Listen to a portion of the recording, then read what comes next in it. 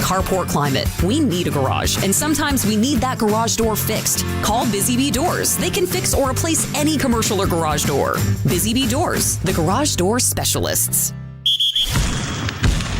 Broadcasting from Century Studios in downtown Regina, Harvard Media presents the all-new Sportscage, where Saskatchewan comes to talk local sports. Brought to you by Kellen Solar. 35 years of experience moving water from a dugout or well without electricity. Visit KELLNsolar.com to find out more for your livestock operation.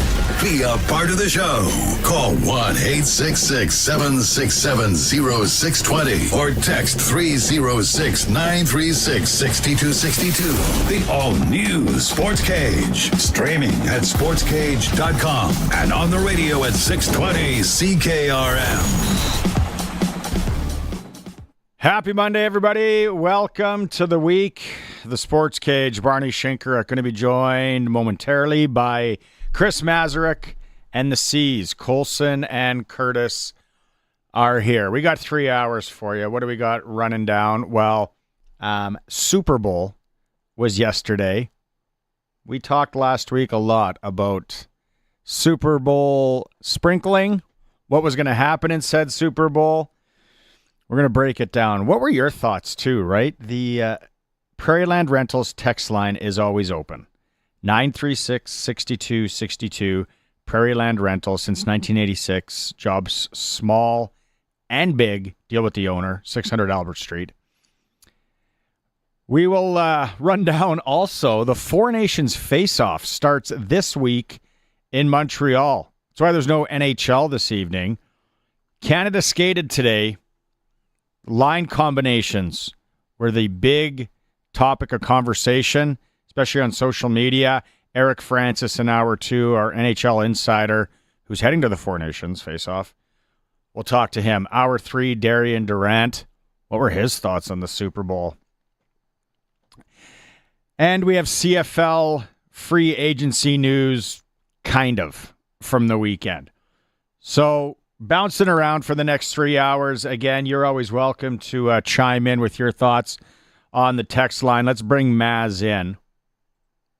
And I don't know about you, but I said I was Eagles money line. I went Eagles alt line. I took the Eagles on one ticket -2.5. So that was close. I could have taken Eagles -20. What a weird, not what anyone expected. And I'm trying to think, Maz, like the last time I watched a Super Bowl that was so blah.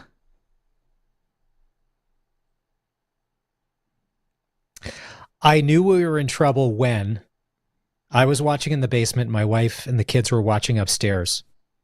And it was 17-0. And my wife, who doesn't watch football, she knows sports. She knows football. She's like, this is I happened to go into the kitchen. She goes, this is a terrible football game. They were waiting for the halftime show. I don't know why, because they had no idea who Kendrick Lamar is, but we'll get to that. Philly, we knew they were going to play great. Number 1 defense, good team. But I don't think anybody expected just how bad Kansas City was going to be. They haven't looked that bad. I'm trying to think.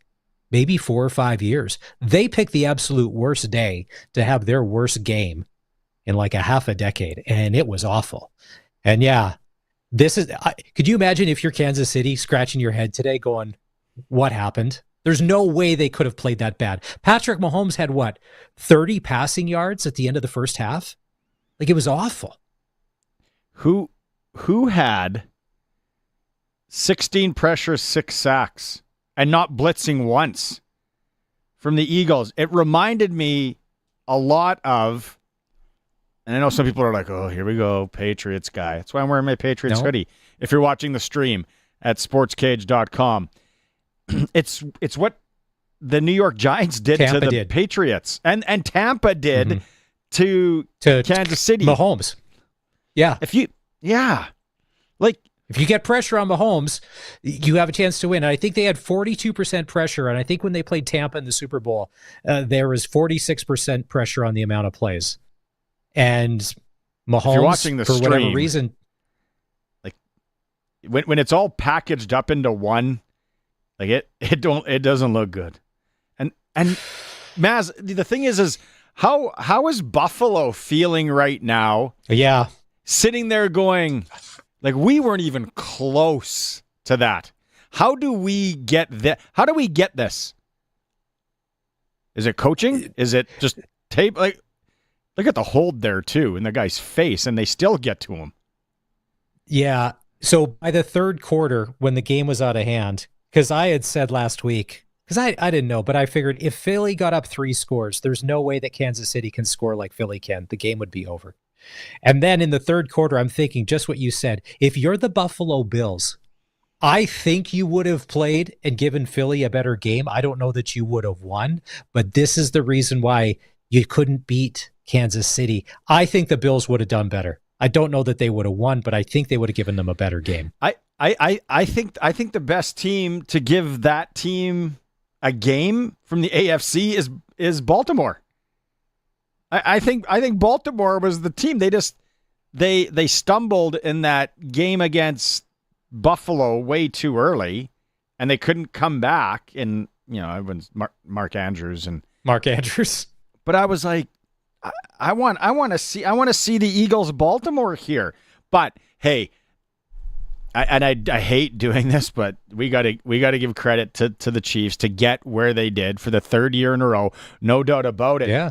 The confusing thing too is Spagnuolo and Reed had 2 weeks to game plan, and you got absolutely slapped around. Well, Kansas City, where was his greatest coaches ever talk? Yeah, well, you look, there was no run game in the first half for Kansas City. You never heard Isaiah Pacheco's name. They threw to Kelsey a couple times. 1 he dropped, 2 were off target. Like, just Mahomes just didn't look comfortable. He could just never get anything going. And then when it was 10-0, and okay, if Kansas City could score and they'd get the ball in the second half, then Cooper to Gene with that interception to make it 17-0. Dagger. Dance little Gene. Nitty-gritty dirt band style. Right into the end zone. Curtis has it. Did you see this? Social media, as always, undefeated. Throw up that picture, you guys. The Ricky Bobby, because Cooper DeJean. I think Cooper DeJean is obviously he's a Philly hero now, but there he is. This is great. Taylor Swift and Cooper DeJean breaking the news. Travis after the game. It's so good. That was if you're not watching the stream, it's. Maybe get Coulson to shoot that out on Sportscage Twitter. That is pretty funny. The other thing about the game, and not that we're going to sit here and be like, who are these 2 pigeons in Regina talking about the Super Bowl? But we have 3 hours. Was I feel that I said this to my son.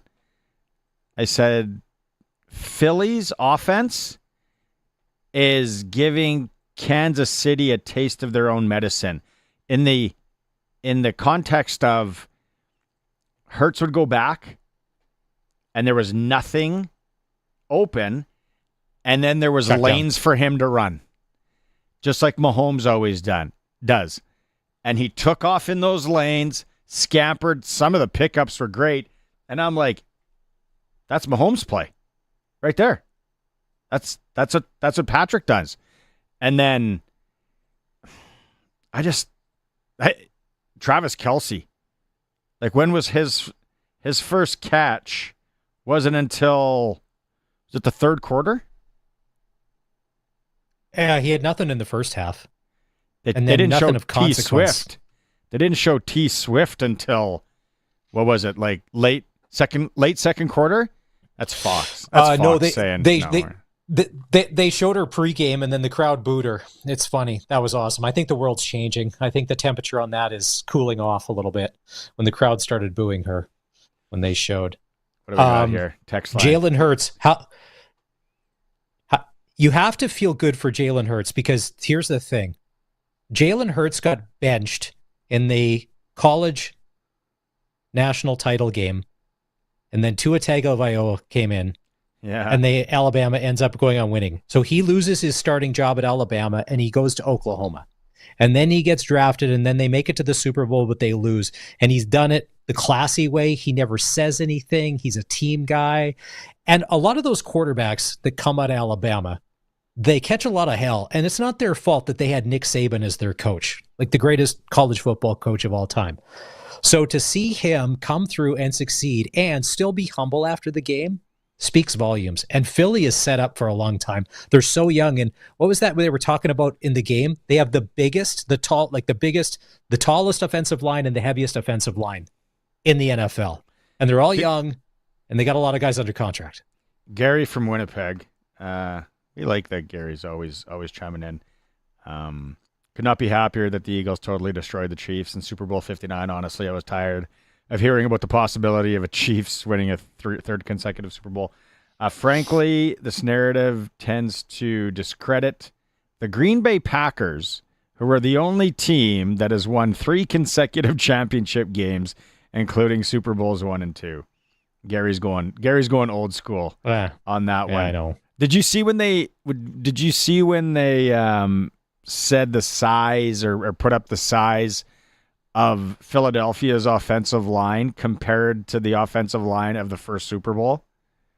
It was like 100 pounds difference. Yeah. There's guys playing monsters. offensive line my size in Super Bowl 1. And I would, I don't know. I'd be at Spears right now if I would have played in that game yesterday. My family would have been called to identify me this morning. It's rough in there. Yes, we do know we're getting a couple of texts in on this one. Kansas City's, I think that some people are confused here, that Philadelphia's defense, 6 sacks without blitzing. God, that is awesome. So the conspiracy theorist Kansas City Chiefs fans, I love tinfoil hat. If you mention the word tinfoil, instantly you have my attention. I'm all over it. Some people are saying, remember that first scramble where Mahomes has to double back? He gets thrown down, and some people are saying his head hit the turf, and they think he had a mild concussion after that, and that's why he didn't play well. Yeah, okay. Come on. No. Yeah, it hurts. It's at 7-0 when he throws that bad. How about those first 2 penalty calls too? Oh, was it? I didn't see the first one until after, but again, I'm watching it with a 13-year-old and an 11-year-old, and even they're like, you should see the call. Here we go. And then they called the bad one. They called the bad one on Kansas City, the pass interference. Yeah. And then I'm like, what's going on here? Well, here's on that first one. If he doesn't, is it A.J. Brown? If A.J. Brown doesn't grab the face mask, they don't throw the flag. But his hand was legitimately in his face mask. And the second one on Kansas City where it went up for the jump ball and they called a hit to the head, that one was a little more, I would say, questionable. Sus, as the kids would say. Sus. Very sus. Really exciting, though, and we talk to Arash Madani tomorrow. Sydney Brown from London, Ontario, Super Bowl champion. Is this the you think that this is the start of something for Philly? I just think it's too early to tell. It's too hard of a league. Everyone's going to start at 0. They're going to have a tough schedule next year. It's hard. Yep. It's hard. And then all of a sudden, a couple of injuries. You know that they are going to lose some guys because guys are going to want to get paid, and that's their right. And guys are gonna Eugene Lewis out. They're gonna. Well, and you never the one good thing about the NFL, there is always a ton of change. Now, who knows? I know most of the coaching spots are filled, but Kellen Moore still rumored to be named the New Orleans Saints head coach. So you're losing your play caller there. Now, whether or not he was the difference, I guess we'll find out. Because Nick Sirianni, last year when they crashed and burned at the end of the season, that's why Howie Roseman went out and got him a defensive coordinator and an offensive coordinator. And Nick Sirianni gets a lot of hell too. I mean, it's not like the guys had the perfect road to success or whatever. Great interview after the game. You could tell he was emotional. And then when his wife and kids came over and you're like, how can you not like this guy? He truly loves the game of football. I don't Like when I don't know about that AJ Brown character though. I feel like he'd be a lot. Like he was bitching and complaining there. Was at the first quarter, and it was like, man, is that a good team guy there? Yeah, he's very, very talented. So was Antonio Brown. He was a head case. Like, and then I started like Sirianni. Is there any chance he, walks? Bolts? He's a free agent. Like, Well, I don't is need there a this. better time to be a free agent than now? When things are good, when numbers are up, that's when you walk, right? But it's funny when you're young and in love, nothing affects you. You're undefeated. You're like you got armor plating on. Yeah, because people were saying that if he were to lose, the Eagles would bring him back, how much money would that have cost him? As opposed to now, Jeffrey Lurie has got to make a decision. He just won you a Super Bowl, the second one in franchise history, 2 Super Bowls in 4 years. That's pretty good, I would say, for a coach that since what was that week? Oh, when did they lose? And then they just went on that absolute heater when he shaved his head. Week 2 or 3, or he was going to fight. Yeah. He was going to fight people in the crowd. I loved it. It's like that's a page out of your book. That's a page out of your book. Head coach and fan fight. That's awesome. Did you see head coach head case? Okay, here's the. But I think Kellen Moore would just be like, "All right, hey, here's the keys. Here you go." Mm-hmm. How do you feel? And this isn't like throwing smoke. And I don't get some text messages on this for sure. If you're the Giants, if you're the New York Giants, and then if you're the Cowboys too, you're like, okay, Kellen Moore, and then a team from our division, and we're not even close. Like the Cowboys are closer to winning the Grey Cup than they are the Super Bowl. Mm-hmm. I heard your interview with Luke on Friday where he said that he can't cheer for anybody from the NFC East, so he's got to be smarting today. And the fact that his kid lives 3 blocks from school and gets a ride, I wanted to text and be like, well, we live 2 blocks away and I give them a ride, so don't feel bad. But yeah, so the Cowboys, like I said, you let a coach go. And keep in mind, under Mike McCarthy, was Kellen Moore really calling the plays? Or was it Mike McCarthy going, no? And, were you a puppet? Where now you can say, well, no, I was the legit offensive coordinator. And yeah, and if you're the New York Giants and you let Saquon Barkley walk away, and it's on tape because of Hard Knocks, and they were confident that it wasn't going to bite them in the ass, and it couldn't have turned out worse. But do the Giants deserve better? Do the Cowboys deserve better? Probably not. Just with what they... And is drafting Shedeur Sanders going to cure all your problems? Listen, I understand. I'm at the corner of 12th and Rose in Regina, Saskatchewan here.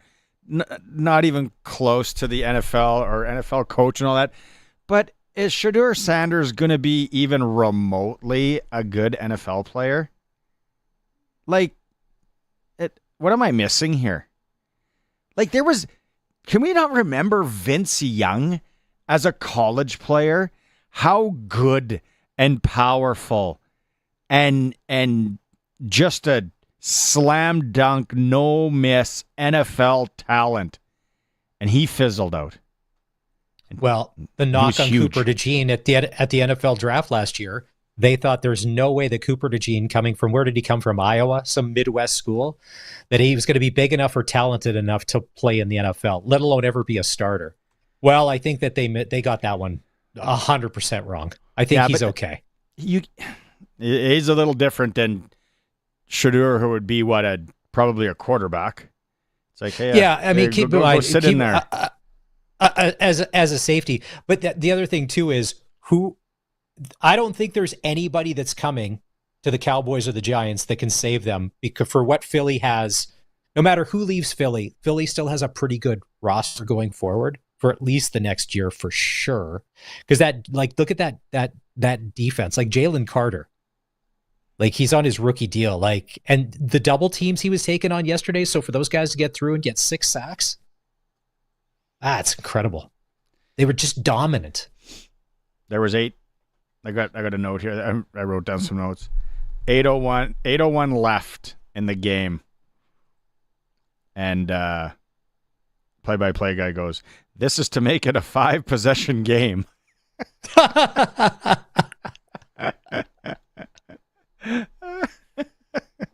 It was unreal. Like, okay, but here's the thing: for most people, don't understand. I mean, Dave Thomas, would anybody that's ever done sports, when the game is really bad, it's really hard to do. So, for whatever you heard from Kevin, what's his last name, and Tom Brady, Kevin, what is it, Kevin? Oh, that was a hard game to call because that was an absolute dud. That was awful. There was nothing going on. So for them to do whatever they did, it's not Kevin Harlan. Kevin Harlan awesome, does. He does Kevin Harlan does the radio. The radio. He's so good. He's one of my favorite play-by-play guys. Really? Well, as far as when it comes to radio, doing football on just radio, oh man. But yesterday's game was a bit of a dud to call because after a while, it's kind of like it was so dominant. Like the score was flattering. 40-22 was not the indicative of the score. Like it was more that 40. Burkhardt. Not Kevin Harlan in the Super Bowl. Mm-hmm. I said by the third quarter, you're surfing the internet, you're looking for anything, be like, wow, how are you going to mention? You're going to talk about all this. And KC feel so bad. And did you see Patrick Mahomes when he came in yesterday? He had on like a green. It wasn't Philly green, but it was a close enough green suit to be like, this is a bold move, Cotton. But if it doesn't work out, you may want to ditch that for after the game. I didn't see. I saw, because I missed the. Again, could we not schedule any minor hockey around the Super Bowl? Like, come on. And our game went like super late, and I'm like I missed most of the pregame, and I'm like, and then all I saw on social media was Travis Kelce walking in that suit, like he was standing in Boogie Nights, the movie. And I was like, what is that guy wearing? The C's don't have no idea about that show. The double C's. But I didn't see the Mahomes thing. But you know what? The other funny thing is, love him. Tom Brady, to your point, it would be a tough game because there's not a lot going on. But keep in mind, it's not like Dave and Luke in the booth with like Dave and Luke and a couple engineers that are there for the box lunches. They have stats guys. They have a number of different people feeding them info. Oh, and Tom, there was times that I'm like, oof, did he just say that? And then my daughter, she's like, I said, I can't believe how much he's getting paid to do this. And my daughter's like, oh, does he get paid a lot to do it? And I said, look it up. Look up what his contract's worth with Fox. Isn't it like 340 some million? Crazy. And I was like, yeah. Who if you could have any play-by-play team, here's his watch. This is the flex. Yeah, this was the Tom Brady flex yesterday to let everybody know he's not just rich, he's wealthy. So that watch, and I'm not a watch person. I don't wear one. It's not my thing. So that watch is either, what's the brand on there? It's either between $600,000 and $800,000. It's not a Swatch. So that was a Tom Brady flex of that watch he's wearing is between $600,000 and $800,000. If you were to go to the Cornwall Center and buy that. Would that be just somebody being like, hey, can you wear this for us? I don't know. Maybe it's one of those where when you're rich, you do probably get free stuff, but maybe it's like, no, I'm buying this. Jacob & Co.'s Yellow Sapphire Caviar Tourbillon watch. 424 yellow sapphires amongst other gems. It looks like the Gordon Gartrell of watches. Yeah, and 10 years, $375 million with Fox, so he can afford it. Say that again? 10 years, $375 million with Fox. To be their lead color analyst. He might be one and done, right? Vegas, he's part of that team now. I don't know if did he really like it? Okay, because here's my he question. opens himself up to a lot of criticism because everybody's had something to say about Tom Brady. Some people say he would be great as an analyst in studio with how he can break stuff down because people say he doesn't attack the play. He'll talk about what happened, but he's not doing like what Romo does. And people hate Romo, but Romo will blow it up before it happens. Tom Brady can see it before it happens too. I would like That's the knock on him. I would like the data on does Tony like what's the amounts that he's right to the amount that he's wrong. That's what because no one ever really did the prediction thing until Tony. I felt all that much. So then everyone was like, oh, he knows everything. But I'm like, I feel like he's wrong a lot too. Who would you have if you could pick anyone, call a Super Bowl? Would it be Kevin Harlan calling the game for you, Matt? Who would it be? Well, so I do like Al Michaels. Al Michaels is great at football. Jim Nantz is great at football.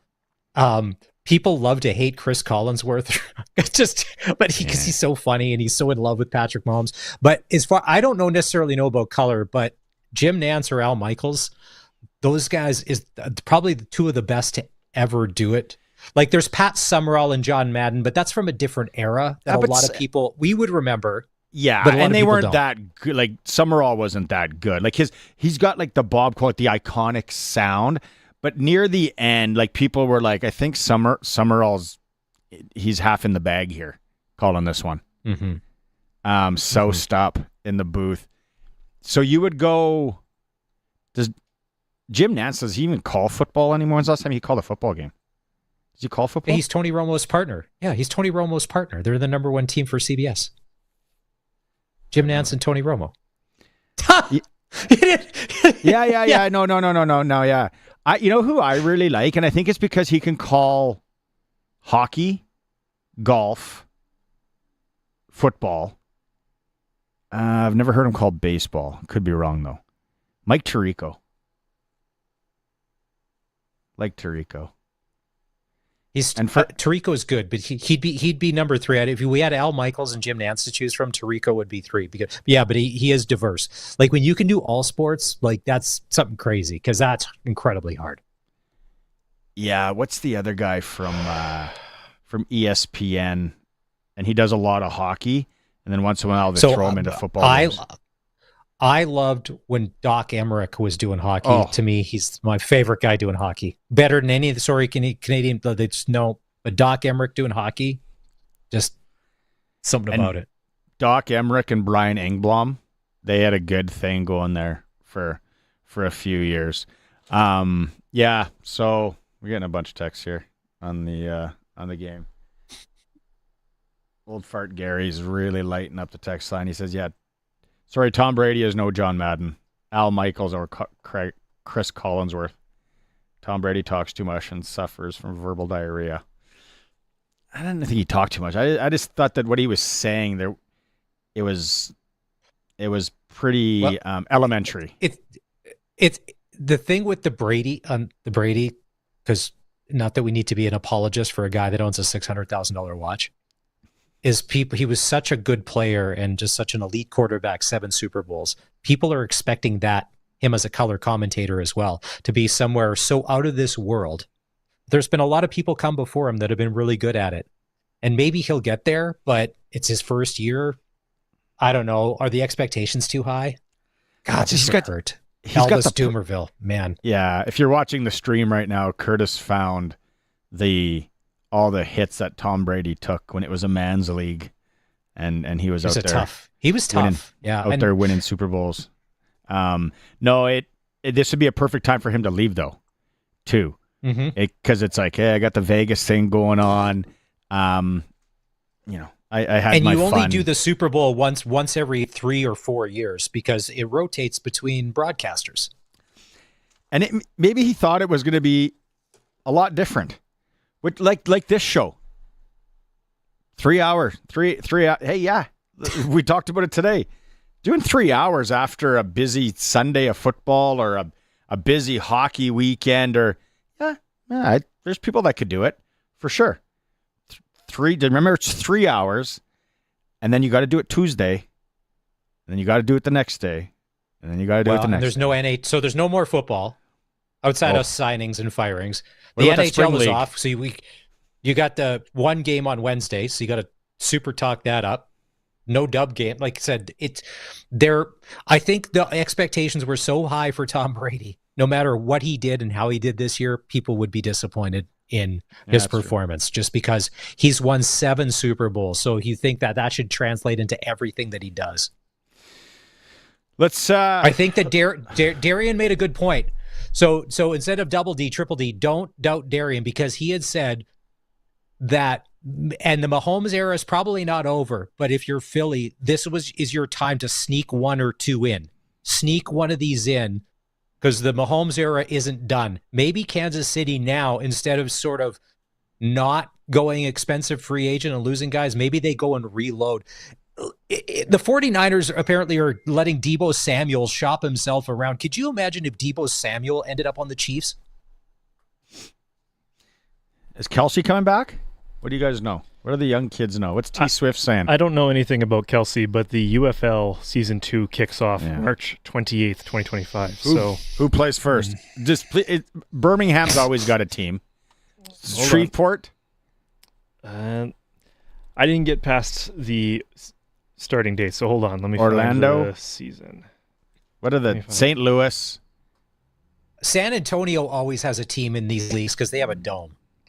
San Antonio's always in there like a dirty shirt. Does Vegas have a team again?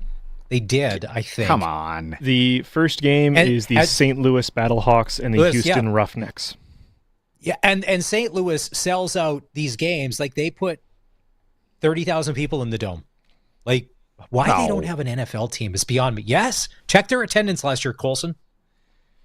Record numbers. That might be tough. We're talking the what is it, the UFL? The UFL, the merger between the XFL and the USFL. Battlehawks. Yeah. They sat around a room, a bunch of people sat around a room and decided on that. Yep. We're going to go. Yeah, let's go with Battlehawks. It's one of the ones out of the XFL, so taking their edgier side of things. But nothing I hate worse than teams with bad names.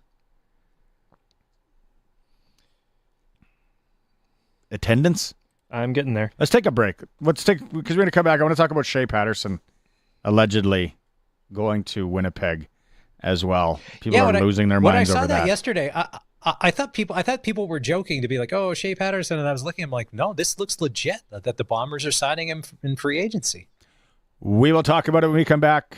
For Kellen Solar today, we're streaming at sportscage.com and on the home of sports in Saskatchewan, 620 CKRM.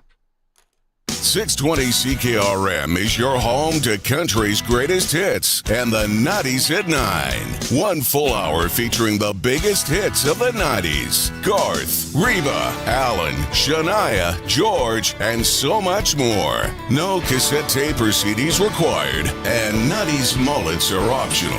90s at 9 for the town of Wolseley and the voice of Saskatchewan. 620 CKRM. Hey, it's Aaron, and it's the final day for the Harvard Media 2025 Winter Auction. Ending in under 4 hours. Lots start to close at 7. Get in on the action at harvardmediaauctions.com. If you need some paving done with paving stones and you want to spend next to nothing, well, you're going to want to check out the Rusty Shovel Landscape Shop and what they have in our winter auction. Right now, they got a number of lots with Bellegarde dimensions, 18 pavers. 112.5 square feet is what the package covers. Right now, just $25 or $30. And that's valued at $840. So you're paying next to nothing, and you're getting some awesome work done from the Rusty Shovel Landscape Shop. There's a number of lots for that. If you're not in the market for landscaping stones, there's tons of gift cards to local businesses as well. Make sure you check all these out and more. One of my favorite tools is the sorting method. You just sort from price lowest to highest or lots closing soon. Again, lots start to close at 7 o'clock tonight. Make sure you get your bids in at harvardmediaauctions.com. CoolBet has all the hot games.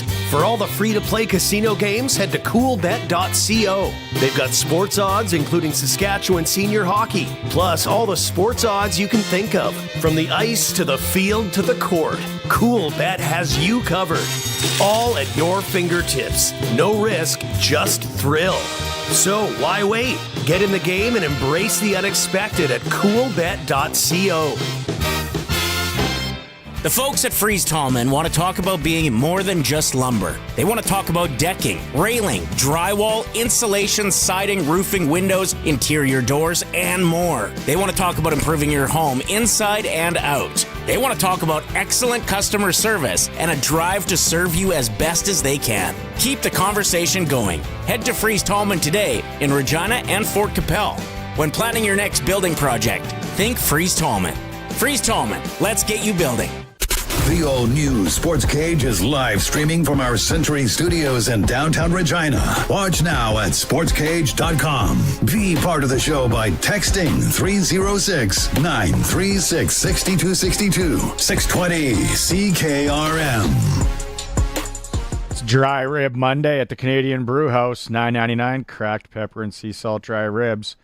$1.50 off tankards. 2 Canadian brew houses in Regina, 1 in Moose Jaw, 3-ish in Saskatoon. I really got to figure that out. Someone look up how many brew houses are in Saskatoon. I had it written down. I don't know where it is. Okay, the other thing, while Colson looks this up. Excessive? That's a lot, right? No, I think there's at least Colson 3. And tomorrow when Arash is on, we have some sort of celebration for him. But he was the only one in all of our predictions that predicted the Philadelphia Eagles would beat the Kansas City Chiefs. Because we went through it. We had a clip that we played once, too. There was like 13 of us in the stadium, or in the studio for some reason that day. And we all picked who was going to oust the Chiefs. You had DA and Kellen co-hosting with you, and then that was in Arash's segment. Are you watching? If anyone's watching the stream right now, show them the book. It's an actual legit. See, he's got this little trusty book that he puts receipts in. Okay, Go ahead. So that was on your side of the table. On our side of the table, Alan was in with Curtis and I, and then we also asked. I think that was on like a Thursday, and then the week after, I think you asked Durant and Farhan Lalji as well. So they got their picks in here too. But yeah, Curtis and I picked the Chiefs, and then I picked the Eagles. Sorry, getting my words wrong. And so we were the last two standing, and I guess I'm right. So we'll take it. Hey, you celebrate that. Yeah. And I think we made predictions back in like September or October too. I got to find the video receipts for these ones still. But you said Mahomes wasn't going to make the whole season. He was going to get knocked out. I said the tush push was going to get banned. There was a couple other ones, so I think yours was wrong on that one. He was down for a little bit, but he didn't go out. But I got to find the full receipts for that one still, and we'll see who might have been right there. Congratulations, though. Well, thanks. Now, what does he win for getting this right? I think there was Lucky Loggers and Western Pizza on the line, so that's my understanding at least. Something like that. No, it's we have a lot of interprovincial trade barriers in this country, so I'm not sure that Arash can ship beer from Ontario without somebody getting arrested. So, Curtis, Colson, nice working with you. Don't ask Barney for bail money. I don't know if that's going to happen. So, Prairie Land Rentals text line. You guys are talking about expensive watches. No name here. You ever watched the end of Formula One racing? After that, they take the helmets. It's the sponsor ball cap and their $500 watch they put on. I don't know about that. Formula One. Those guys are loaded. Speaking of F1, there's a Brad Pitt movie trailer that dropped yesterday. If you were able to watch the American commercials, and he's an F1 driver, and they filmed part of it in Vegas in November when F1 was there. How did that go this year? Now, last year there's not well. Parts of the road were breaking and. Yeah, and just backlash. It's really expensive. A lot of the places on the strip, the business was down because it's not meant for normal people. It's really expensive. And one thing I was reading, I follow a lot of Twitter accounts from Vegas because when you do go to Vegas, you probably want to be in on the deals. People were complaining that it was incredibly dead in Vegas, that on Saturday night, which is their most expensive night, like at places like the Flamingo, they were charging $29 for rooms because there was nobody there. And the business was down and Yeah, and gambling was down. And I call bull, you know what? Because Timmy, you know Timmy, my buddy that lives there, he sent me a message because we were going halfers on a money line ticket for the Eagles. Yep. And corner 3. And he... corner 3! Yeah. It's going to be such a good inside joke. He sent me a picture of the Caesars Palace Sportsbook that he was waiting in line in. I felt so bad that I made him go down and get us a paper ticket. It was an hour and 20 minutes. He said it was a zoo. So... But keep in mind, the people that stay at Caesars probably don't stay at the Flamingo. Well, the Caesars isn't the bomb anymore. No, it's not, but you can spend good money on a room at Caesars as opposed to some of these places where you're like, because normally Saturday night, you know this, if you've tried to go Thursday to Saturday, hey, look what that room charge is on a Saturday opposed to Thursday, Friday, or Sunday. And then we just head to Slots of Fun for $1.50 beer and like $1 hot dogs and then absolute weirdos everywhere. When we were there in August, and we've talked about this, Fremont Street, it was full of degenerates before, but now it's worse. It's as bad as humanity has ever seen. It used to be a good people watching experiment. Now it's like you're taking your life into your own head. There's a chance you ain't coming back. You're pine boxing it back to Regina. Well, and the thing is, we were trying to get an Uber home, and you were kind of in the back alley there by, I think it was Binion's or something, and you could get in the wrong car. Like, if you're not paying attention, just hop in a car that slows down. And like I said, it was so sketch. I'll be like, well, all right, back to the high prices on the Strip. It's not, and the other thing too, it's not like stuff was super cheap on Fremont anymore either. Like the dollar beers, they're few and far between. It's she's tough. Text line, NASCAR starts up this Sunday, boys. Lots to talk about. I know we're still waiting Daytona for a sponsor. 500. Still waiting for a sponsor on that. Blue Bombers announced they signed Chris Strevler to a 1-year contract. Gary the old fart in Winnipeg. Yeah, so let's get into the Shea Patterson thing. And just following it on social media, and allegedly Shea Patterson is signed or is signing with the Bombers, which would be tomorrow, right? Like that's when it would be official.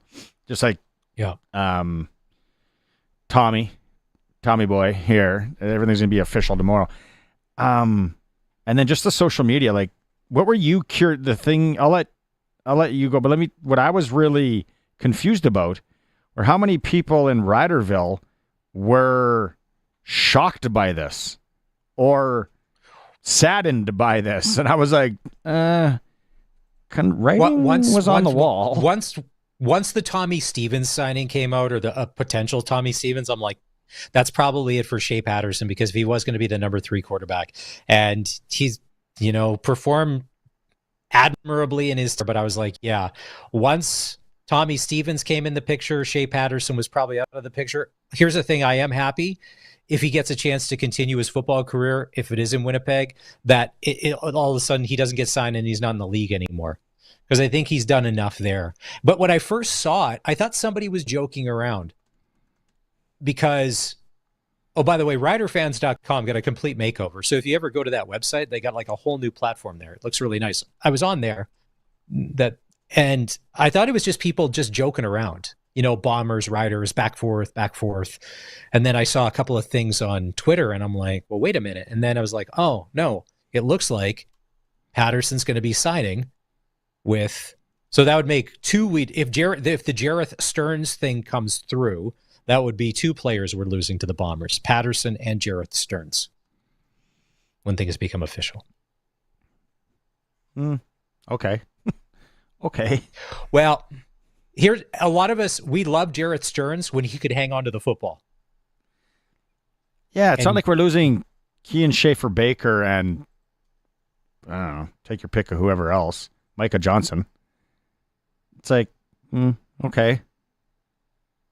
I know, but the one thing is, out of all the other teams, there's 7 others, it's not a big deal. If there's one team that's a big deal, that's the team that they're going to, where people are like, you'd hate to see, whoa, what if they turn into the next?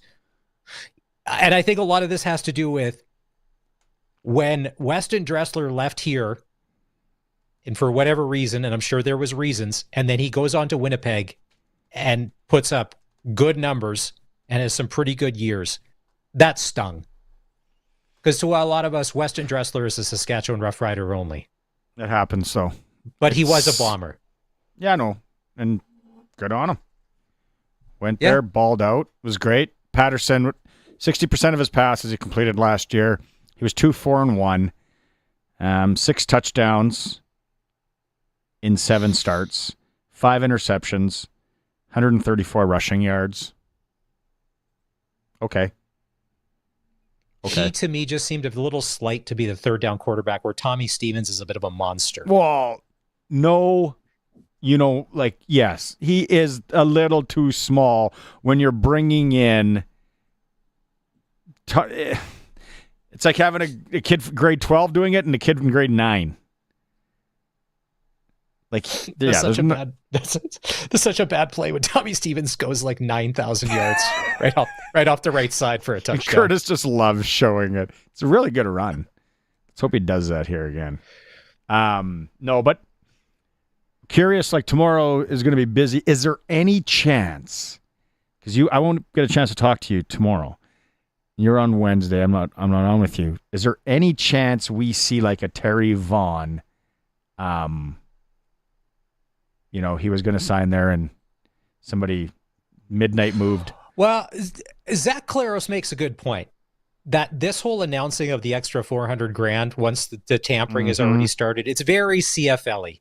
And maybe if everybody did know and they just when they did, but it just seems like you guys, like you can just never get it right. Like you're like 9-0 and there you go again. You've just done the CFL-y thing. Because here's me, if I am in desperation mode, I have this money, I go and maybe you go after Kenny Lawler and say, don't sign in Hamilton. Here's an extra $50,000. Come wherever.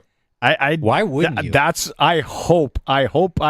If anything that $400,000 at an awkward time did was set up for something like that tomorrow, which I just want to see people lose their minds. Hopefully it doesn't happen. Because people had said with that money, this would have to, the teams, I think, would have to know about it, and the PA, because they have to decide where the money is going to go. And I think Luke alluded to this. They could have put it into bigger playoff training camp stipends, performance coaches. Bonuses. They could have put it into coaches. They could put it into like their pension, which, by the way, somebody get Charleston Hughes a better pension advisor because his money's in Canadian funds. All of that, but they decided to put it into salary. Oh, I love that. Charleston is so awesome. He's like, my pension's in Canadian money. So now he's concerned about the dollar, which apparently had its best day. The Canadian dollar apparently had its best day in years, but then what did it go up a penny? Like that's the thing. Like it was so like our Canadian peso is so bad that a penny makes a huge difference. We're gonna take a quick break. Colson's we're going off. It's close. It's a Sports Cage. You're merely missing out. Curtis is doing some fantastic work. If you're not watching, at sportscage.com. It's time to turn up the heat on trades at Crestview. For a limited time, get a $2,500 trade-in bonus on any trade-in. We're going to work to get you the same or similar payment to what you got right now. And we got something for everybody. Over 200 brand new vehicles, Jeeps, Rams, Caravans, and so much more. Plus, Capital's 100K giveaway is back in Crestview. Check out capital100k.ca for your chance to win. We're turning up the heat on trades at Crestview Chrysler Dodge Jeep Ram. Proud member of the Capital Automotive Group. The folks at Freeze Tallman want to talk about being more than just lumber. They want to talk about decking, railing, drywall, insulation, siding, roofing, windows, interior doors, and more. They want to talk about improving your home inside and out. They want to talk about excellent customer service and a drive to serve you as best as they can. Keep the conversation going. Head to Freeze Tallman today in Regina and Fort Capel. When planning your next building project, think Freeze Tallman. Freeze Tallman, let's get you building. Text CKRM 306-936-6262. Powered by Prairie Land Rentals. They've got everything you need for your projects. 600 Albert Street. PrairieLandRental.com. Huddle with the whole team this season. Get your 2025 Saskatchewan Roughrider Family Season Ticket Pack. Enjoy every game with 2 adult and 2 youth tickets for only $981 plus tax. Tickets are on sale now. Get your family of 4 season tickets at Riderville.com. That's Riderville.com. Riderville.com. 0% financing or instant discount. The decision is yours to make at Future Ford in Melville. Right now, you can get into a brand new 2024 Ford F-150 and get 0% financing up to 72 months or get $8,000 off the price. Plus, as a bonus from Future Ford, they're throwing in free oil changes. If a new truck doesn't fit your lifestyle or needs, no problem. Get 0% financing for up to 60 months on select Escape, Bronco Sport, Mustang Mach-E, and more. Check out their website, futureford.ca, and see their great selection today. The future is Future Ford in Melville. At Bass Pro Shops and Cabela's, we don't just sell top quality gear, we use it too. So whatever your next adventure is, it should start with us. Head to your nearest store for expert advice today. The all-new Sports Cage. Watch our live stream at sportscage.com and on the radio at 620 CKRM. Quick rundown locally happening on the weekend. We'll start with the Western Hockey League. The Pats split. They beat Wenatchee. They lost to Saskatoon. Saskatoon's on a heater. Prince Albert, big overtime win in Medicine Hat. The Raiders and Blades are tied with 60 points. Wee Kings 3 back. Bronx only 4 back. East Division is cuckoo. AAA, Pats Seas 9-2 over Prince Albert. They're 3 points up on Moose Jaw, and they play tomorrow in the Jaw. Over to the SJHL. First X beside a team's name. That means they've clinched a playoff. Melfort Mustangs. Also, Weyburn, big 5-3 win in La Ronge. Yorkton, 2 wins. It was over Battleford and Notre Dame. They're 3 points back of Weyburn in the Viterra, getting tight there as well. Humboldt and the Battleford's tied in the Nutrien division with 49 points, and Kindo's only 2 back. SJHL is interesting. AAA female, Swift 5-1 over the Rebels. Notre Dame with 3-0 over Weyburn. In the Prairie Junior Hockey League, Fort Knox hammered the Quakers 6-0. Assiniboia Rebels, they lost 2 on the weekend. Women's basketball, U of R Cougars lost to the U of S Huskies 67-61, 70-61. The men lost. The only score I got was the first game. They lost 69-64. Looking for the second game. And senior hockey, huge game was in the Fort. It was Balcarres Round Lake, game 1 of Provincial A. 1,200-ish people on. They're saying the biggest crowd ever in that rink. It was Round Lake 4-1 in game 1. They go at it again in Ochap on the weekend. Carlisle 6-5 over Raymore. Lumsden finished off Wadena 7-3. Provincial C, shout out to my boys up in Kenora. They beat Carnda 5-2 Saturday. 2-0 series win. Stealing the Kishka, stealing game 1, round 1. They play Foam Lake next. All right, Maz, it's the Harvard auction today at harvardauctions.com. I know you've been on there shopping. Well, okay, so here's the thing. It's because I know you. I was looking. There's some high-ticket jewelry at not high-ticket prices. That's you in a nutshell, to be like, oh, hun, I love you so much. I got you this, exactly that, and I paid $300. The ones, can I just showcase these pavers from the Rusty Shovel? If you got any this spring you want to lay down some outdoor pavers, right now, harvardauctions.com, they're like, the value is like $840, and they're going for like $40 right now. 110 square feet, all of them. I'm looking for the garbage bin at a good deal, because we could use a good spring cleaning around here. There's stuff that needs to go. Hour 2, we'll touch on this more. HarvardAuctions.com, some great deals. We're up against news. I'm not a jewelry guy, by the way, but I got a funny watch story I can tell you later. Eric Francis starts off hour 2. It's the Sports Cage. We stream at sportscage.com. And if you can't pick up the stream, we are on the home of sports in Saskatchewan, 620 CKRM. Country's greatest hits live right here. 620 CKRM, a Harvard media station. It's 4 o'clock. Good afternoon. There's some drifting snow and it's minus 26 in Regina. I'm Corey Atkinson from the Harvard Media News Center with 620 CKRM News. The city of Regina has begun plowing all residential streets today after receiving 17 centimeters of snow over 2 days last week. The city exceeded its 15-centimeter threshold for full residential plowing. In narrow streets and dense neighborhoods, crews may use ice shaving instead of grading to avoid snow ridge issues. Residents are encouraged to move their vehicles off the streets to help crews work efficiently. The city advises downloading the Sweep and Plow app at regina.ca/plow for updates. Drivers are reminded to stay back at least 3 to 4 car lengths from plowing equipment for safety. Once in a while, Kevin Hirsch likes to look at precipitation maps to get an idea of how much moisture he'll be dealing with for the upcoming season. The chief agricultural editor of saskagtoday.com says one map he looked at, covering average precipitation from September to February, shows central and western Saskatchewan getting above normal levels of moisture. So that's a very big change from what we've seen in some of the previous precipitation patterns, and there's still a lot of winter yet to go. An area covering southern and southeastern Saskatchewan had below normal precipitation during that period. The Saskatchewan government says it has extended a contract by another year for people to receive breast cancer scans in Calgary. The contract was initially planned to end next month. The province says the program has reduced wait times for urgent breast biopsies, bringing them to a recommended target of 3 weeks or less. The province says it will reimburse travel and accommodation expenses for the patient and one support person to a maximum of $1,500. Conservative leader Pierre Poilievre is in Canada's north, making promises that he says will help protect the region.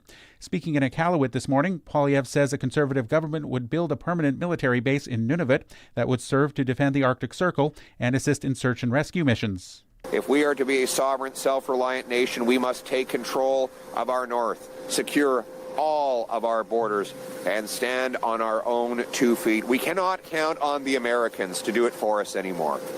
This is a reality. This is the wake-up call. Poilievre is also promising to double the number of Canadian Rangers to 4,000 members and purchase 4 heavy icebreakers with the Canadian Coast Guard and Royal Canadian Navy, each receiving 2 by 2029. And Lotteries and Gaming Saskatchewan is warning residents about scam ads promoting fake online versions of Saskatchewan casinos, including Dakota Dunes and Casino Regina. The ads are designed to steal credit card and banking information. Steve Tunnison, the LGS Vice President of Gaming, emphasized that no land-based casinos in the province have legitimate online versions. Residents are urged to use playnow.com, the only legal gambling online platform in Saskatchewan. If you uncover a fraudulent ad, report it to the platform where it appeared. Tunnison noted that scam ads are an ongoing problem for casinos across North America. That's your 620 CKRM News. Read more stories from around your community and around the province at sasktoday.ca and 620ckrm.com. Your weather is next. Get ready to welcome spring by attending the Regina Spring Home Show from February 28th to March 2nd at the Viterra International Trade Center, Real District. Explore the latest trends in building, renovation, and outdoor living all in one place, all while making it the perfect opportunity to gather inspiration. Don't miss out on expert advice, innovative products, and the chance to connect with vendors to kickstart your projects. See you at the Spring Home Show, February 28th to March 2nd. Visit reginaspringhomeshow.com for details. Your Saskatchewan Co-op Ag teams are your trusted partners to support your entire farm operation, and we're giving back to our community. Since 2017, Co-op has invested $468 million in Saskatchewan through building, upgrading, and expanding local facilities, and we've returned $418 million to Co-op members. Co-op, we're building something for the future. Here for your farm, here for your family. Learn more at coop.crs/farm. And now your 620 CKRM precision weather forecast for Linex Regina. Serious protection, killer looks, 1865 McCarra Street. This afternoon, partly sunny at times and cold, and we've just reached our high of -26. Tonight, partly cloudy and a low of -30. Tomorrow, partly sunny and a high of -20. And on Wednesday, mostly sunny and a high of -22.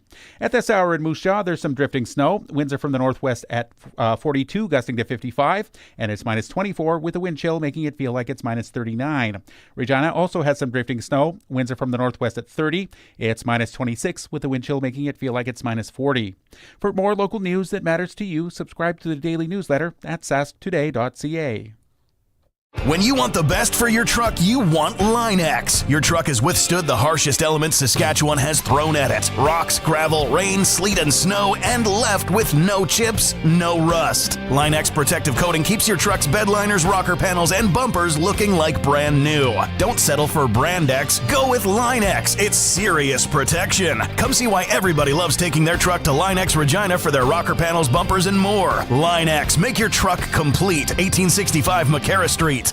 Let's try starting a car after being parked outside all night in the winter in Saskatchewan. Oh, perfect. Now, how about starting that same car? Still winter, still Saskatchewan, but parked in a nice warm garage. It's alive. We don't have a luxury here in Saskatchewan of just having carport climate. We need a garage, and sometimes we need that garage door fixed. Call Busy Bee Doors. They can fix or replace any commercial or garage door. Busy Bee Doors, the garage door specialists. Broadcasting from Century Studios in downtown Regina, Harvard Media presents the all-new Sports Cage, where Saskatchewan comes to talk local sports. Brought to you by Kellen Solar, installing solar in residential and commercial buildings for 35 years. Local and trusted. Kellen Solar. Visit KELLNsolar.com. Be a part of the show.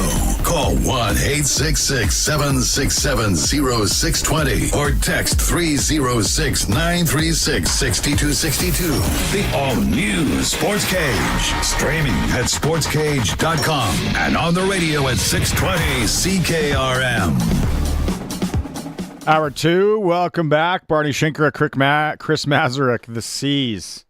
Thanks to everyone who's been chiming in on the Prairieland Rentals text line. I got a couple of good ones to get to in a bit. And yeah, some guys are digging on me. Hey, Eagles, baby. Fly, Eagles, fly. Did you see what the city of Philadelphia, though? Maz, did you see that stuff on social media? Oh, total destruction. They just went to town. What do you guys do? If you're watching the stream, again, Curtis is right on the ball. This gets really disturbing and sad. I thought this was fake. Like, I thought this was the Gaza Strip, or like, I thought this was a war zone. No, it's Philly fans, scumbags, celebrating the Super Bowl. They're tearing down light stands. They're shooting fireworks at each other. Cars are red. People stole horses. Stealing police horses, which is a good joke if you're in your 20s. But, this is unbelievable. Why? She's twerking on the steering wheel. Yeah, this isn't good. But here's the thing. It's not surprising. Like, what else do you expect? And they're all beating the snot out of a traffic light that they tore down. Figure it out. Yeah. Figure it out. That guy giving the DX chop, the suck it. That's funny. Hey, Canucks fans, you can riot, but you better win something first. Then it makes the riot all that much more palatable. That was a good. That was actually a good documentary on the riots. The Vancouver. I remember it happened. There's a documentary out there on one of the platforms. I totally didn't know that it was that bad and that many people got arrested and like people lost their jobs and people. Yeah, but you won. What are you doing? Before we're gonna get to some hockey here with Eric Francis, I gotta mention the Briar in Kelowna. The draws came out in the pools. They put both Saski teams in the same pool. What? Why? Why would they do that? Pool B. Draw 14. Wednesday, March 5th at 1:30. It's going to be drunk in that place because that's when Saski plays Saski. A nice 1:30 Wednesday afternoon affair in Kelowna. March 5th. Oof. I don't know why they would do that. I guess they could play in the playoffs, so. Well, but if on the same side, well, unless it's the Page thing, that could the chances. Could you imagine if they both ended up in the final? If that's possible, because I know somehow with curling, with the playoffs, with the Page system, you can get out and you can get back in. Speaking of complicated, It'd be like the Grey Cup in '89. They'd be taking buses to Kelowna. Buses would be leaving Saski just to go watch the final of the Brier in Kelowna. Okay, but let's get to hockey talk. Time now for Inside the NHL with Eric Francis on the all-new Sportscage. Inside the NHL is brought to you by Southie Mainline, the Mainline Automotive Group's newest king of trucks. Southie Mainline, just 30 minutes north of Regina, worth the drive every time, guaranteed. There he is. When's the last time you curled, Eric? Whatever it was too soon. You know what? It was about 7 or 8 years ago. One of my buddies called me and he goes, "You know what, man? You're not going to want to hear this, but we're old enough to start curling." And I took great offense to that suggestion, but I took him up on it. 4 pretty good athletes. We played for 2 years, never won a game. And it was actually really freeing to play a sport with no expectations, because everything I play, I have expectations, and that was like kind of freeing. And then we started year 3, we started winning, and then it got no fun because anyway. The bottom line was I was on the only team in Western Canada that didn't drink, and so I didn't see the point in continuing on with my team. That really sucked. I don't have a good thing to say about curling. Is how I'm leaving this right there. I have a buddy that played senior hockey years ago, and he went out to the small town. He was going to school in Saskatoon. Went out to the small town to play. Like, yeah, well, $100 a game or whatever it was back there, some sticks and gas, all that. Played their first game, brought in the big cooler. He's like, "Oh, right on." He's like, "Throw me one," and it was all pop. It was a dry town. What? So he was like, "Rip up my card." Not that drinking's everything, but senior hockey. Well, and you know what's funny, like, about that, like, I grew up in a big city, okay? And so, like, we never did curling in high school, but I moved out to Calgary, and I find out that, like, everybody did curling in high school, and it was part of growing up in smaller towns, and I get that. So the very first time I curled, like, literally this was about 5 years ago, I go out there, I grab a beer, and I go out onto the curling area, and they inform me that I can't bring my beer into the curling area. Like, it makes sense to me now, but then, because I'd never done it in my life, I absolutely I was sure they were joking with me. I was sure that it's cold in the arena, which keeps your beer cold. That's why curling's perfect. All that, and then I realized, after seeing so many guys, like, on my team and other team wiping out all over the place, yeah, add alcohol to this mix, and it's a real bad idea. So I get it, but wow. That shocked me at first. And then you wreck the ice. Spill anything on the ice, any kind 100%. of beer. Ice guy's like hardcore. Throw you out. He's a bouncer. Well, I saw a guy one time fall, and he got a bloody nose. And they're like, "Get him off the ice." Like, they didn't care about him. His nose was broken. Who cared? Roll him off the ice. The ice guy comes running down with a broom, like, "Get him off the ice. We're going to lose the sheet here." Like, so funny, man. It's our curling segment with Eric Francis from Sportsnet. Can that be our last curling segment ever? Well, I just want to add that our daughters are 13 and 9, and they take curling on Saturdays. And here's the thing: beer is the wrong thing to drink in curling. You drinking whiskey so you can stay warm in case you have to be out on the ice, but you're sipping it silently. You're hiding that, okay? Like, you're doing that. But yeah, it's serious business. And the other thing too is you got to wear a helmet now, Eric. If you're above 65 and below 14, you got to wear a helmet. But if you're between 15 and 64, you don't have to wear helmets now for safety purposes. Do you bring your own helmet? You have to. They do provide, but it's like you're not going to be wearing somebody else's helmet. It'd be like remember when you'd rent ski boots? You're wearing or bowling shoes. You're wearing somebody else's boots or shoes. Yeah, exactly. Exactly. That's what I would wear. So you got to be watching the stream, especially when Eric's on, because you never know. Here, did I ever tell you, Eric, Jofa helmets in Western Canada, probably Canada as a whole, any kind of Jofa helmet like the one you're wearing right now on the stream, or the big Peter Klima ones, or then even the Gretz, the more the Gretz one. That's more like a Butch Goring one. That's not foam. When I went with the boy to Sweden and Finland last year, their first practice was in this rink in Sweden, and the public skating, everything was open. Like 100 sets of skates. I look on the other wall, nothing but Jofas. Like all the Jofas a guy would want. And I'm like, I can't take one. Can I? Can I take one? Can I ask for one? Can I buy one? So I didn't. Then I went to the tournament in Finland, lost and found, nothing but Jofas in the lost and found. But I forgot to take one. Idiot. I know. Oh. Anyone's going over to the Scandinavian countries, go to the lost and found and grab yourself a Jofa. Yeah, you should. It's like, remember the old leave a penny, take a penny? That's like with Jofas. Yes. I love it. Okay, let's go back.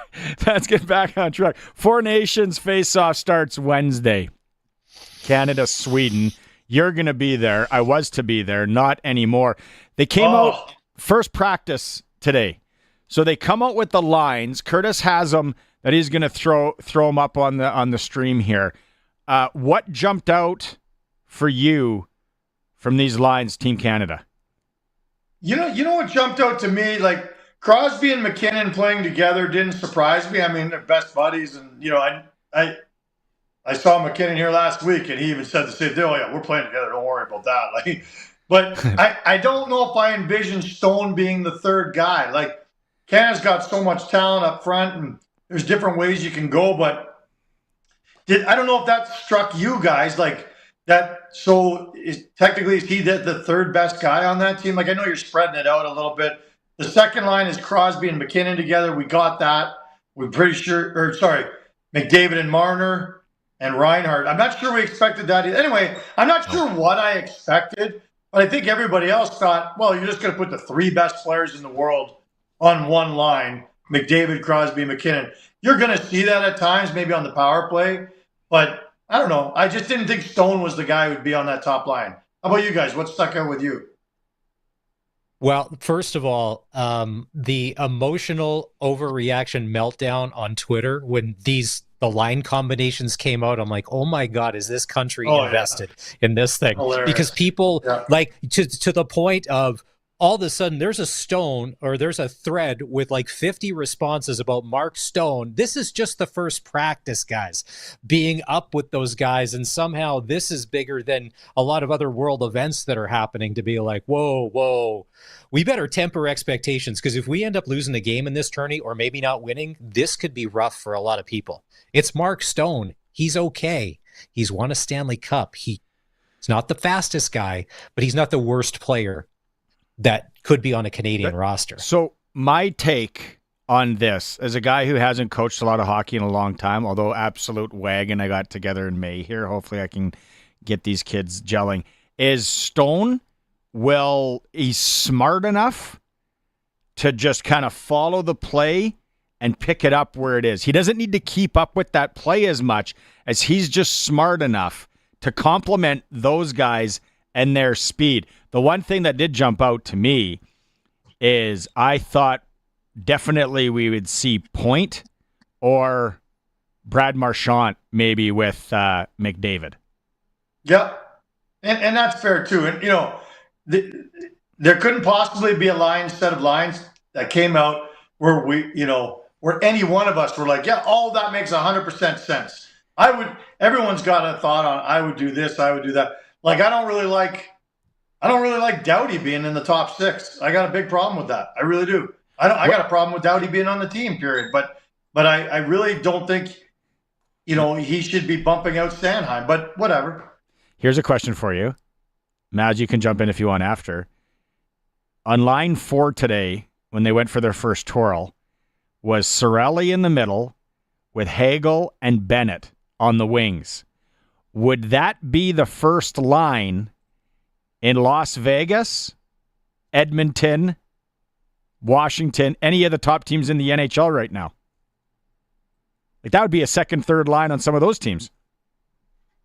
Yeah, it's interesting. The pairings, going back to something else, I did think we'd see Bennett and Reinhart together too, because they played together a little bit in Florida. Like you knew they were going to put Taves and McCarr together because they play together. Theodore would have played with Pietrangelo for sure if he was in the tournament. So I like the pairings. And most NHL coaches now, it's all about pairings. It's not about trios. It's about finding two guys that mesh, and then the third guy is kind of a bonus. But Hagel is having a sneaky, incredible year this year. He doesn't even play on the top line in Tampa, and he's got to be in the top 10 or 12 in the league right now in scoring. And he's doing it without being on the top line. That might be the guy that I say at the end of the tournament, people are talking about Hagel more than, as their biggest surprise, right? Like, if you guys were to pick one guy who everyone's like, man, I didn't know that Seth Jarvis was so good, I'm thinking it's going to be Hagel. You? I'll go with, because he's been so sneaky underrated all his NHL career, and has been probably one of the best value money guys, Braden Point.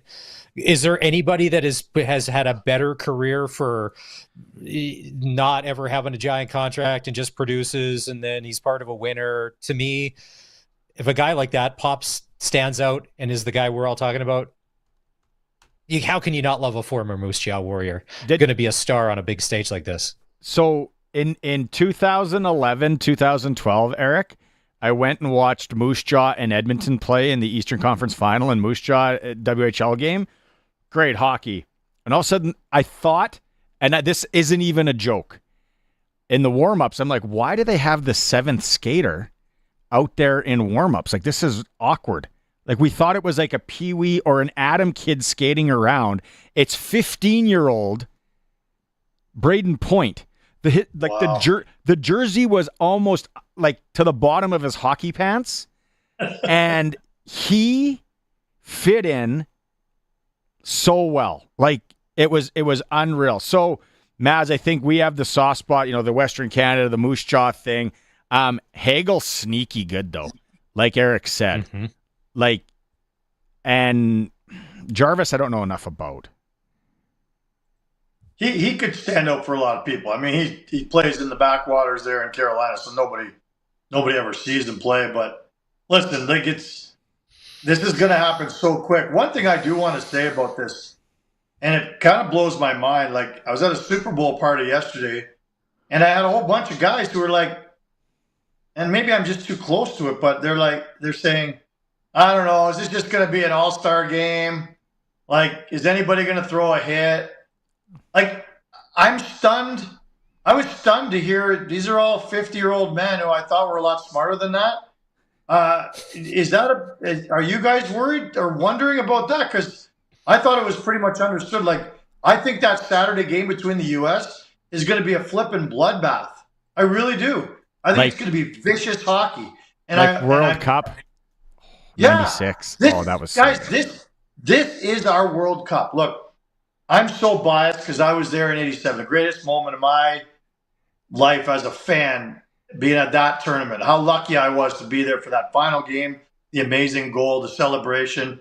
And it meant something back then. The Canada Cups meant something. It was still, there was a bit of a Russia versus Canada thing. And, we've gone so long. And in between, there have been all these different incarnations of little tournaments, some to varying degrees of success compared to others.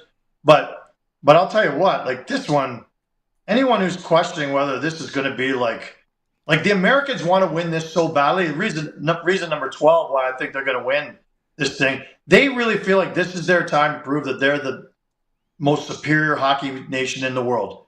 And I'm not so sure they're wrong.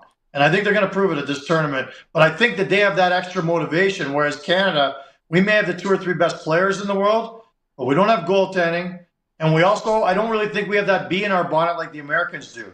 What do you guys think I'm way off base? I think they'll get it. I think because that's Saturday, like you said, and again, I'm just some pigeon in Regina, but I think after that, Canada, it'll mean something. And I know it's short and quick, but it's going to take the Americans taking a run at somebody saying, hey, we're here for real. Here's a question, and I don't know, and I was looking this up, Colson. I don't know if you looked it up. What does the winning team get? What do these guys all get for showing up? What does the winner get? What's the incentive here besides national pride? they get the golden Jofa. The Each guy will get a gold-plated Jofa.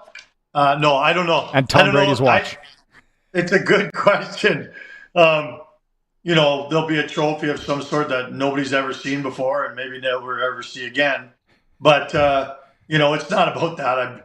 I would hope these guys are all getting paid significantly. Oh, they have to. It's an NHLPA thing. It's only NHL players. There's got to be some incentive dollar-wise because it's like some wives are probably like, hey, Betty and everyone's going to Cancun or going to Cabo, and seriously, you're playing hockey? It's like the senior hockey wife. Seriously? What's provincials? Now you got to play more hockey? There's got to be some money involved. I can imagine that maybe Connor McDavid's wife and a senior hockey wife, the spending habits could be just a tad different. Big oil country down south, but here's the sobering thing, and somebody mentioned this the other day because they were talking about are the Kachucks going to play on a line, and so far they're not. And is this really best on best? Because someone said, and they just let me just give you one name, Leon Draisaitl is not playing in this. David Pastrnak, all of this to be like, and I get it. If they're not including everybody in, there's going to be people left out. Exactly. So you're thinking like, all right, so you got to make the best of it. I agree that maybe the first couple of games are going to be pedestrian, but maybe after the Canadians and the Americans play, that all of a sudden it's kind of like, okay, now it's on. Now this really means something. Like, how much do we hate Finland and Sweden? We don't. Like, is there a... Love them. They have Jofas in their rinks. That's right. Well, Sweden has Rasmus Andersson, so Team Canada will probably learn to hate them pretty quickly. Listen, if they don't get hyped quick enough, Canada plays Sweden in the first game. If they lose, guys, I'm going to tell you something that this is an actual fact. If they lose to Sweden in the opening game, they could be out of the tournament. Canada could be out of the tournament. Like, I don't know if people have their heads wrapped around, there are no playoffs. It's just the teams with the most points after 3 games go to the final. There's no semifinal. There's no playing around. The World Juniors, it's about building every game. Get a little better every game and build and build and build, which we used to do at the World Juniors. We don't do that anymore. But, this is like, you better be coming out of the chute going hard. You have to beat Sweden or your fate is now in the hands of everybody else. Because if Sweden runs the table, and I'm pretty sure the U.S., or the U.S., it could come down to goals, and you don't want that. So, there's going to be a big upset. And I'll tell you another thing that's going to happen in this tournament. Someone of significance, because pretty much everyone playing in the tournament is of significance, is going to get a season-ending injury, if not several players. Yeah. Knock on wood. Colson, write it down in the book. No, of course I don't want this to happen, but what I worry about that having repercussions in terms of future tournaments, because you're doing this in the middle of the season, you lose a guy who a team is, I don't want to pick a name because I don't want to jinx anybody, but you lose a guy who's a significant part of your playoff picture. All of a sudden, the tournament ends and he's not coming home for the rest of the season. Wow, that's if you're that organization, you are furious. So watch for that storyline.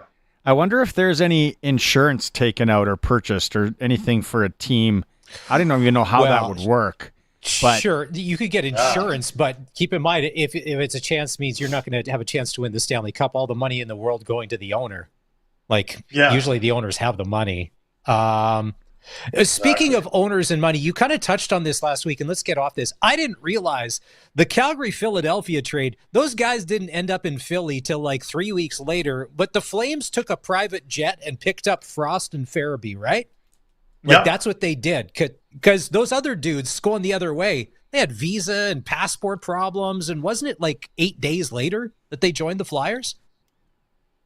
Dude, they got there on Thursday, exactly a week later, and Kuzmenko didn't play until 10 days later, 9 days after the trade, and Pelche still has not played.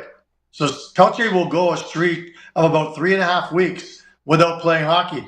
Luckily, the organization, and this really just speaks to class of an organization, and the Calgary Flames are trying very hard to show we're a place that players should think about more about wanting to come and play. We do things right. We pick guys up in PJs. We got a new building coming. Our general manager's got his act together. He's got a plan. Our coach is, not a jerk. There's a lot of things they've changed over the years to try and show people, because it has been a problem here. Guys want to leave. But it also speaks to just how far the Philadelphia Flyers have fallen. And yes, there are issues at the border. You may have read in the papers that there's stuff going on with the U.S. border, right?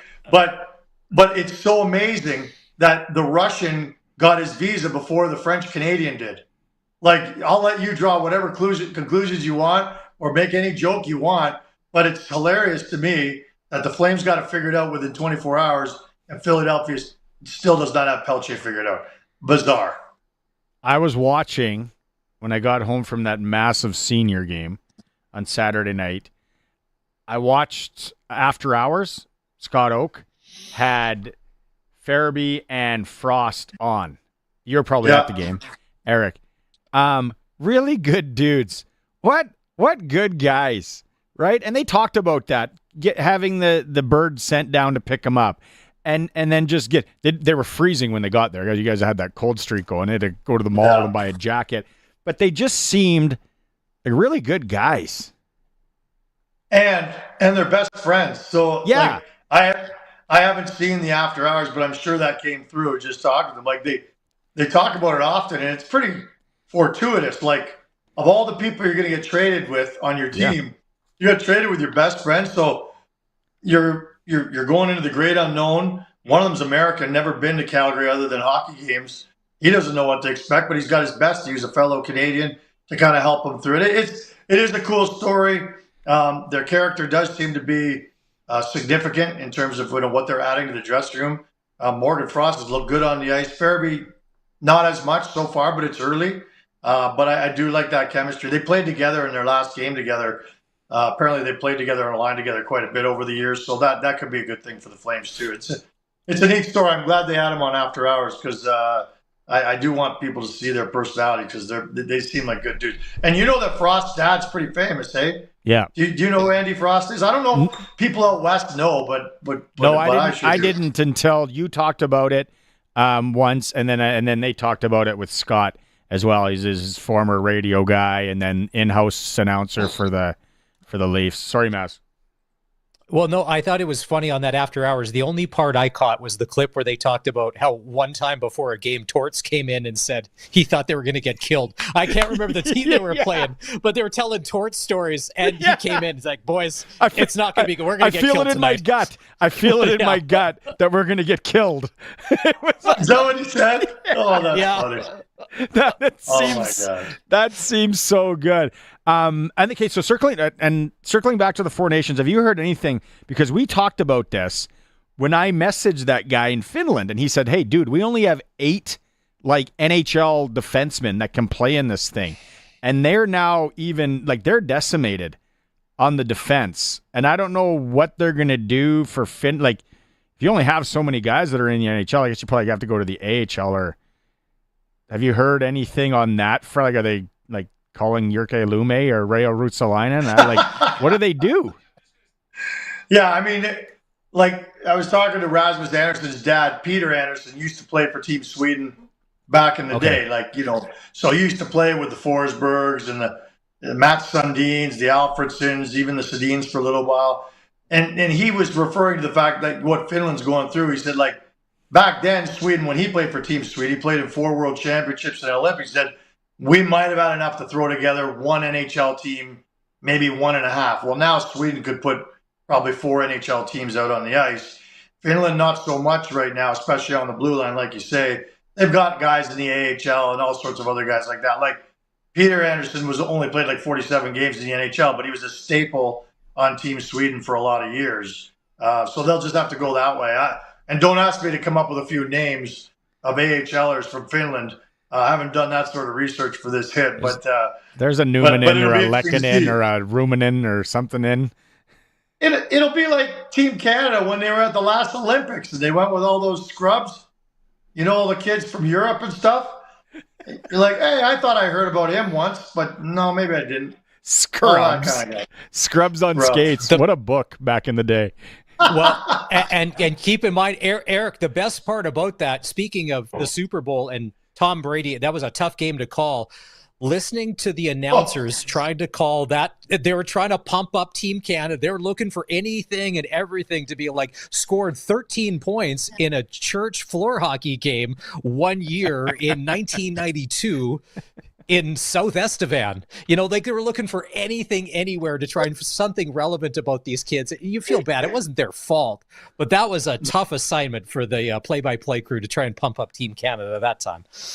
Absolutely. Well, it was like you said, it was kind of like the Super Bowl, like Tom Brady going, that might be the dagger. What? It was 40. What was it at one point? Like before Kansas scored, it was at one point, what, 31, was it, nothing? And he went as far as saying that might be the dagger. And I'm like, Tom, don't revert to that old TV hack thing where, you see it on Hockey Night Canada, you see it, because you don't want to tell viewers, well, this one's over. You might as well tune it out. You can't say that. But, man, you should say that. I wrote it down with 8 minutes and 1 second left.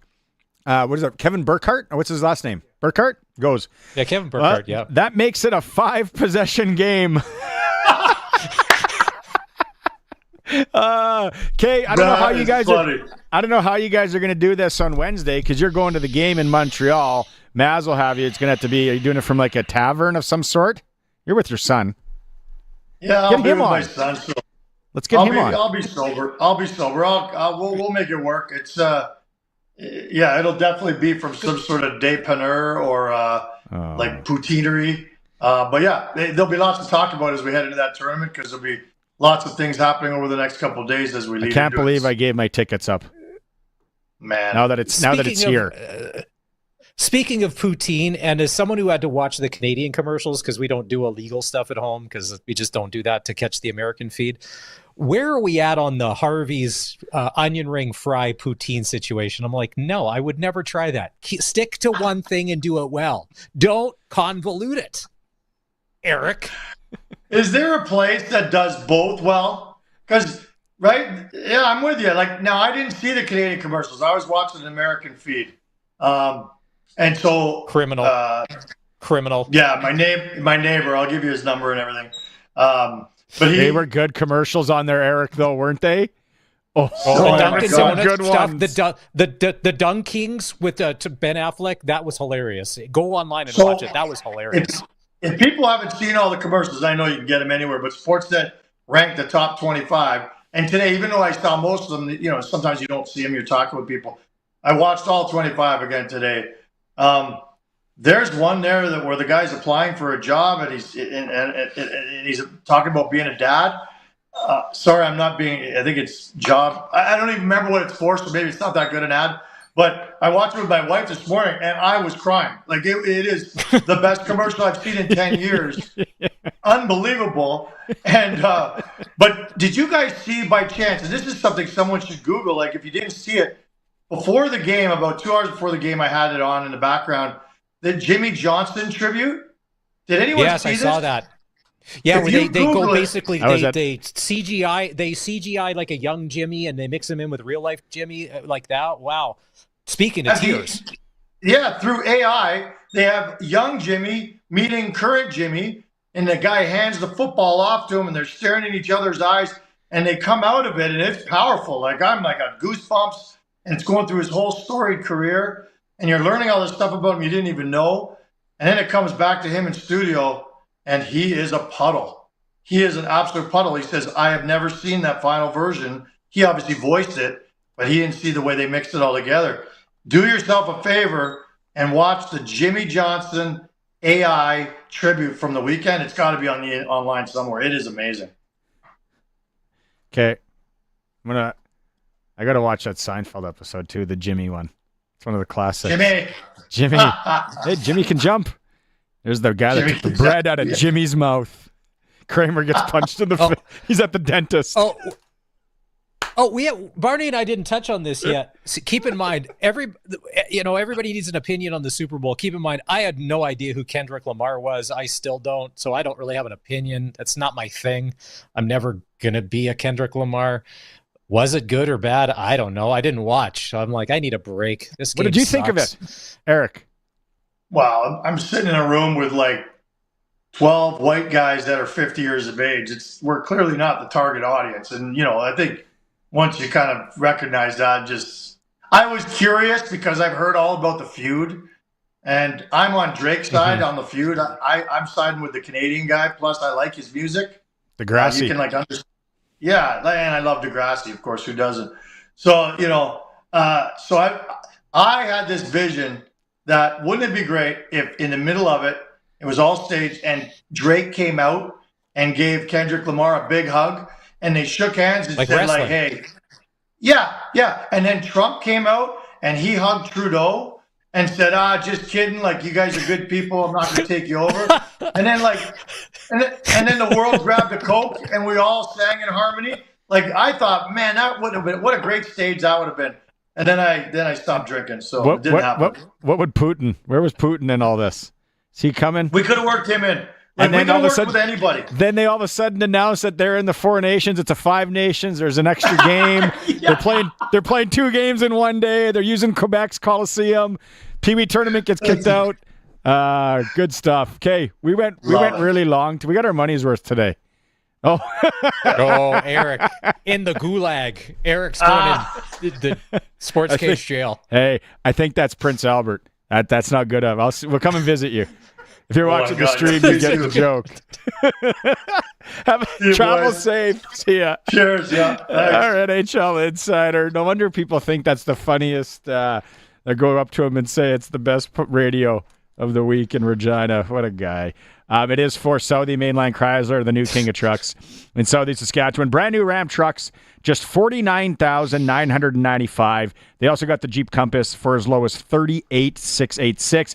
0% financing on Jeep Grand Cherokees at Southie Mainline Chrysler. Worth the drive every time, guaranteed. Break time. We'll come back. We'll unwrap all that. It's the Sports Cage. You're really missing out if you're not watching that stream at sportscage.com. Good news! You've scraped the frost off the inside of your windows for the last time. You're about to install all-weather windows from Wood Country. Wood Country Woody here. All-weather windows lock in the heat and keep the frost outside. And if you want to save good cash, take advantage of their winter booking specials. You're going to save a pile of money February 10th through the 23rd. Be warm, save money. Order all-weather windows from Wood Country. Your home is your castle. In McLean, Estevan, and Tisdale, wood-country.com. For everything hockey, head to Extreme Hockey and Sports. Spring hockey is around the corner. Get fitted to your specs with the best team at Extreme Hockey. Be sure to check out Umbrella Marketing and Tarrington and his team for all your team, corporate, and business needs. Corporate or work event? Check out our custom Yeti and engraving options. Make any occasion a special one. Extreme Hockey and Sport, 1425 McIntyre Street, and the Pro Shop conveniently located at the Cooperator Center. On the farm, dirt doesn't just get under your fingernails, it runs through your veins. Your equipment is just as tough. You bought it for its rugged dependability and efficient operation. To keep your machinery running as good as the day you bought it, you want genuine AGCO parts, fluids, and filters from Nick Service. Their friendly parts staff has what your equipment needs to keep it running at the top of its game. Keep it genuine at Nick Service, your local genuine AGCO parts headquarters. The all-new Sports Cage. Watch our live stream at sportscage.com and on the radio at 620 CKRM. Oh, welcome back. That is a lot of fun. It's Clutch Performer time. Hopefully let's go around the horn here. Everyone has one. Clutch Performer is always brought to you by Nick Service in Emerald Park, your local Massey Ferguson, Challenger, Rogator, Gleaner, and Fent dealer. You can call 781-1077. Talk to anyone at Nick Service in Emerald Park. Mine, guy by the name, goaltender for the Round Lake Bears, Dan Bacala. I think he lives in Calgary. He came in, shut the door against Balcarres in that senior game in the Fort on Saturday night. It was impressive. This guy, he played AHL 2 years ago, or had a cup of coffee, and man, he looked legit. So Dan Bacala is my Clutch Performer. Maz, you got one? Colson, you got one, right? I'm going Jalen Hurts. Since 2018, the guy who had some things not go his way in his football career, all he did was stay quiet and stay humble, and he He lost his starting job in college and had to move schools, came to the NFL, and is now a Super Bowl champion after an MVP performance. And could have taken every opportunity last night in all the interviews he was doing with Tom Brady and everybody else after the game to kind of go off, and he didn't. He thanked God, thanked his teammates, his family, and that was it, which is rare these days. Yeah, he is kind of a humble dude. That's why I kind of like him. All right, clutch performer for Nick Service, Colson. I got two because we got a text in here. Georgie Porgy. He was at the midget U18 single A in Balgonie yesterday. Yep. Tight game. Was 1-1. Prairie Storm Notre Dame, by the way. It was 1-1. Notre Dame scores with 5 left in the third, go up 2-1. Storm score, and then take the lead to go up 3-2. And they win, outshooting Notre Dame 71-22. Wow. So the clutch performer goes to Eagle Dubois, making 68 saves on 71 shots. Whoa. That's a tough one, kids, so good job there. Oh, allergic to defense. Yeah. And then my clutch performer that I saw yesterday, Dennis, I'm going to mispronounce this, Shapovalov. He won the Dallas Open, which is tennis, and I'm not a huge tennis guy, but he's from Richmond Hill, Ontario. Apparently a year ago or so, he was number 10 ranked in the world, took a big dive, and now he's working his way back up. But the reason he's my clutch performer along with winning is this clip from his post-game interview. We'll let you go celebrate, Dennis, but real quick, Chiefs or Eagles? Dude, I don't follow football, Canadian. so I don't know. Yeah, I mean, it's not like they don't have hockey. football in Canada. I know. I mean, the coverage comes in up there, right? I mean, yeah, but I don't know. I just don't follow it. I don't know. I don't know what to tell you guys. You're Yeah, entitled. sorry. You're entitled. That doesn't take one thing away from. I'll go. Let's go Toronto Argos. There you go. Okay, Grey Cup is coming up sometime. We have no idea when that is, but See? Go You see? Argos. It works both ways. You're absolutely right. Who are the idiots on the TS studio there? You don't think we watch football in Canada? Come on. That's what he was trying to say, is that there is football in Canada when he said that there are whistles. He's Canadian. Yeah, but picking the Toronto Argonauts to win. That was good. That was really good. To win Super Bowl 59. I like that. Good one. Colson, good one. And Curtis has a somber one. Oh. I don't remember what I was supposed to say. Dallas Goedert. Oh, yeah. Well, I guess I'll do two. I'll do one will be for the only person to get a correct prediction on the Super Bowl. I'll say Colson Schultz is the clutch performer. And I guess the other one is I'll give him a clutch performer to Dallas Goedert for getting my anytime touchdown sprinkle. Am I right? He didn't get it. Didn't happen. No, and I took him too. Arash tomorrow. We're going to have a stern talking to. Well, and the other thing too is Saquon Barkley's been on fire, and that's the safest bet all season. And anytime Saquon Barkley touchdown, and then in the Super Bowl, he had a good game, but kind of pedestrian numbers, and just was kind of, I know that people were a little frustrated by the fourth quarter. Want to hear a real Pidge move? I thought I put a Hurts anytime touchdown bet in. I didn't put it in. So when he scored that first one, I was like celebrating, and I went and looked, and I was like, oh, no.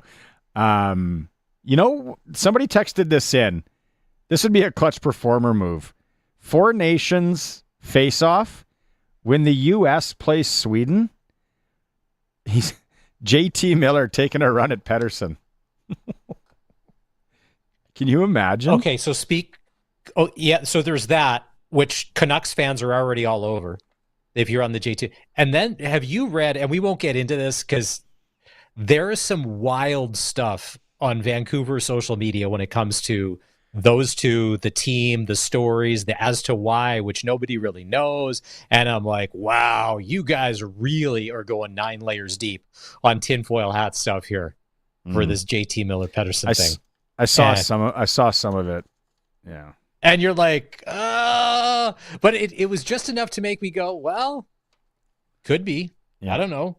Stranger things have happened. The Miller running Pedersen was from Brett on the Prairieland Rentals text line. Thanks, Brett. So that was Clutch Performer for Nick Service and Emerald Park. Break time. It is the Sports Cage. Having a lot of fun streaming at sportscage.com. CoolBet has all the hot games. For all the free-to-play casino games, head to coolbet.co. They've got sports odds, including Saskatchewan senior hockey, plus all the sports odds you can think of. From the ice to the field to the court, CoolBet has you covered. All at your fingertips. No risk, just thrill. So why wait? Get in the game and embrace the unexpected at coolbet.co.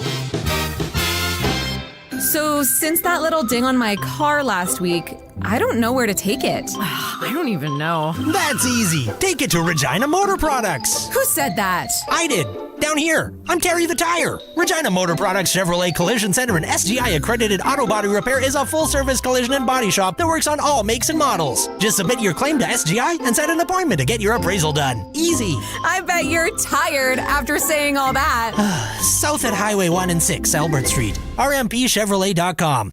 Tiny toppings and cardboard-flavored carbs are not what you get when you order from Western Pizza. But they haven't just perfected pizza. No, my friend, add Caesar salad to that list, along with satisfying garlic toast, baked lasagna, crispy chicken wings, and every other item on their extensive menu. Western Pizza makes food for hungry people. So if you're only kinda sorta hungry, you should invite more people. Western Pizza, big on toppings, big on taste.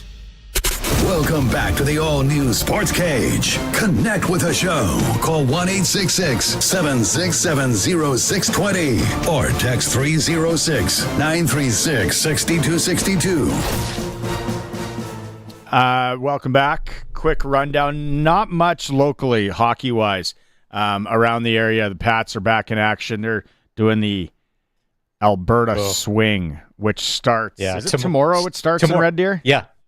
Tomorrow in Red Deer. That's a good one. Red Deer is that's a good one. After that, when you get the Lethbridge, Medicine Hat, Edmonton, not so much. Do they play all? Yeah, that's tough string. But they're lucky. No Calgary. Just the other. The other three. They split on the weekend. Beat Wenatchee, lost to Saskatoon. Big win for PA over Med Hat. You got that standings you can throw up, Curtis? The East in the Western Hockey League is a battle right now. Raiders and Blades tied 60 points. Wheat Kings only 3 back. Bronx only 4 back. There it is. A lot of shifting. And you look on the streak side there, it's the Saskatoon Blades, 4-0-1-0 in their last 5 games. So things are tight. SJHL, they got a little X beside their name in the standings. The Melfort Mustangs, first team to clinch a playoff spot. Weyburn, a big 5-3 win over LaRange. Yorkton won 2 on the weekend. SJ, things are getting tight. AAA Midget, tomorrow night we're going to talk about this a lot. Pat C's Moose Jaw play, 3 points separate them.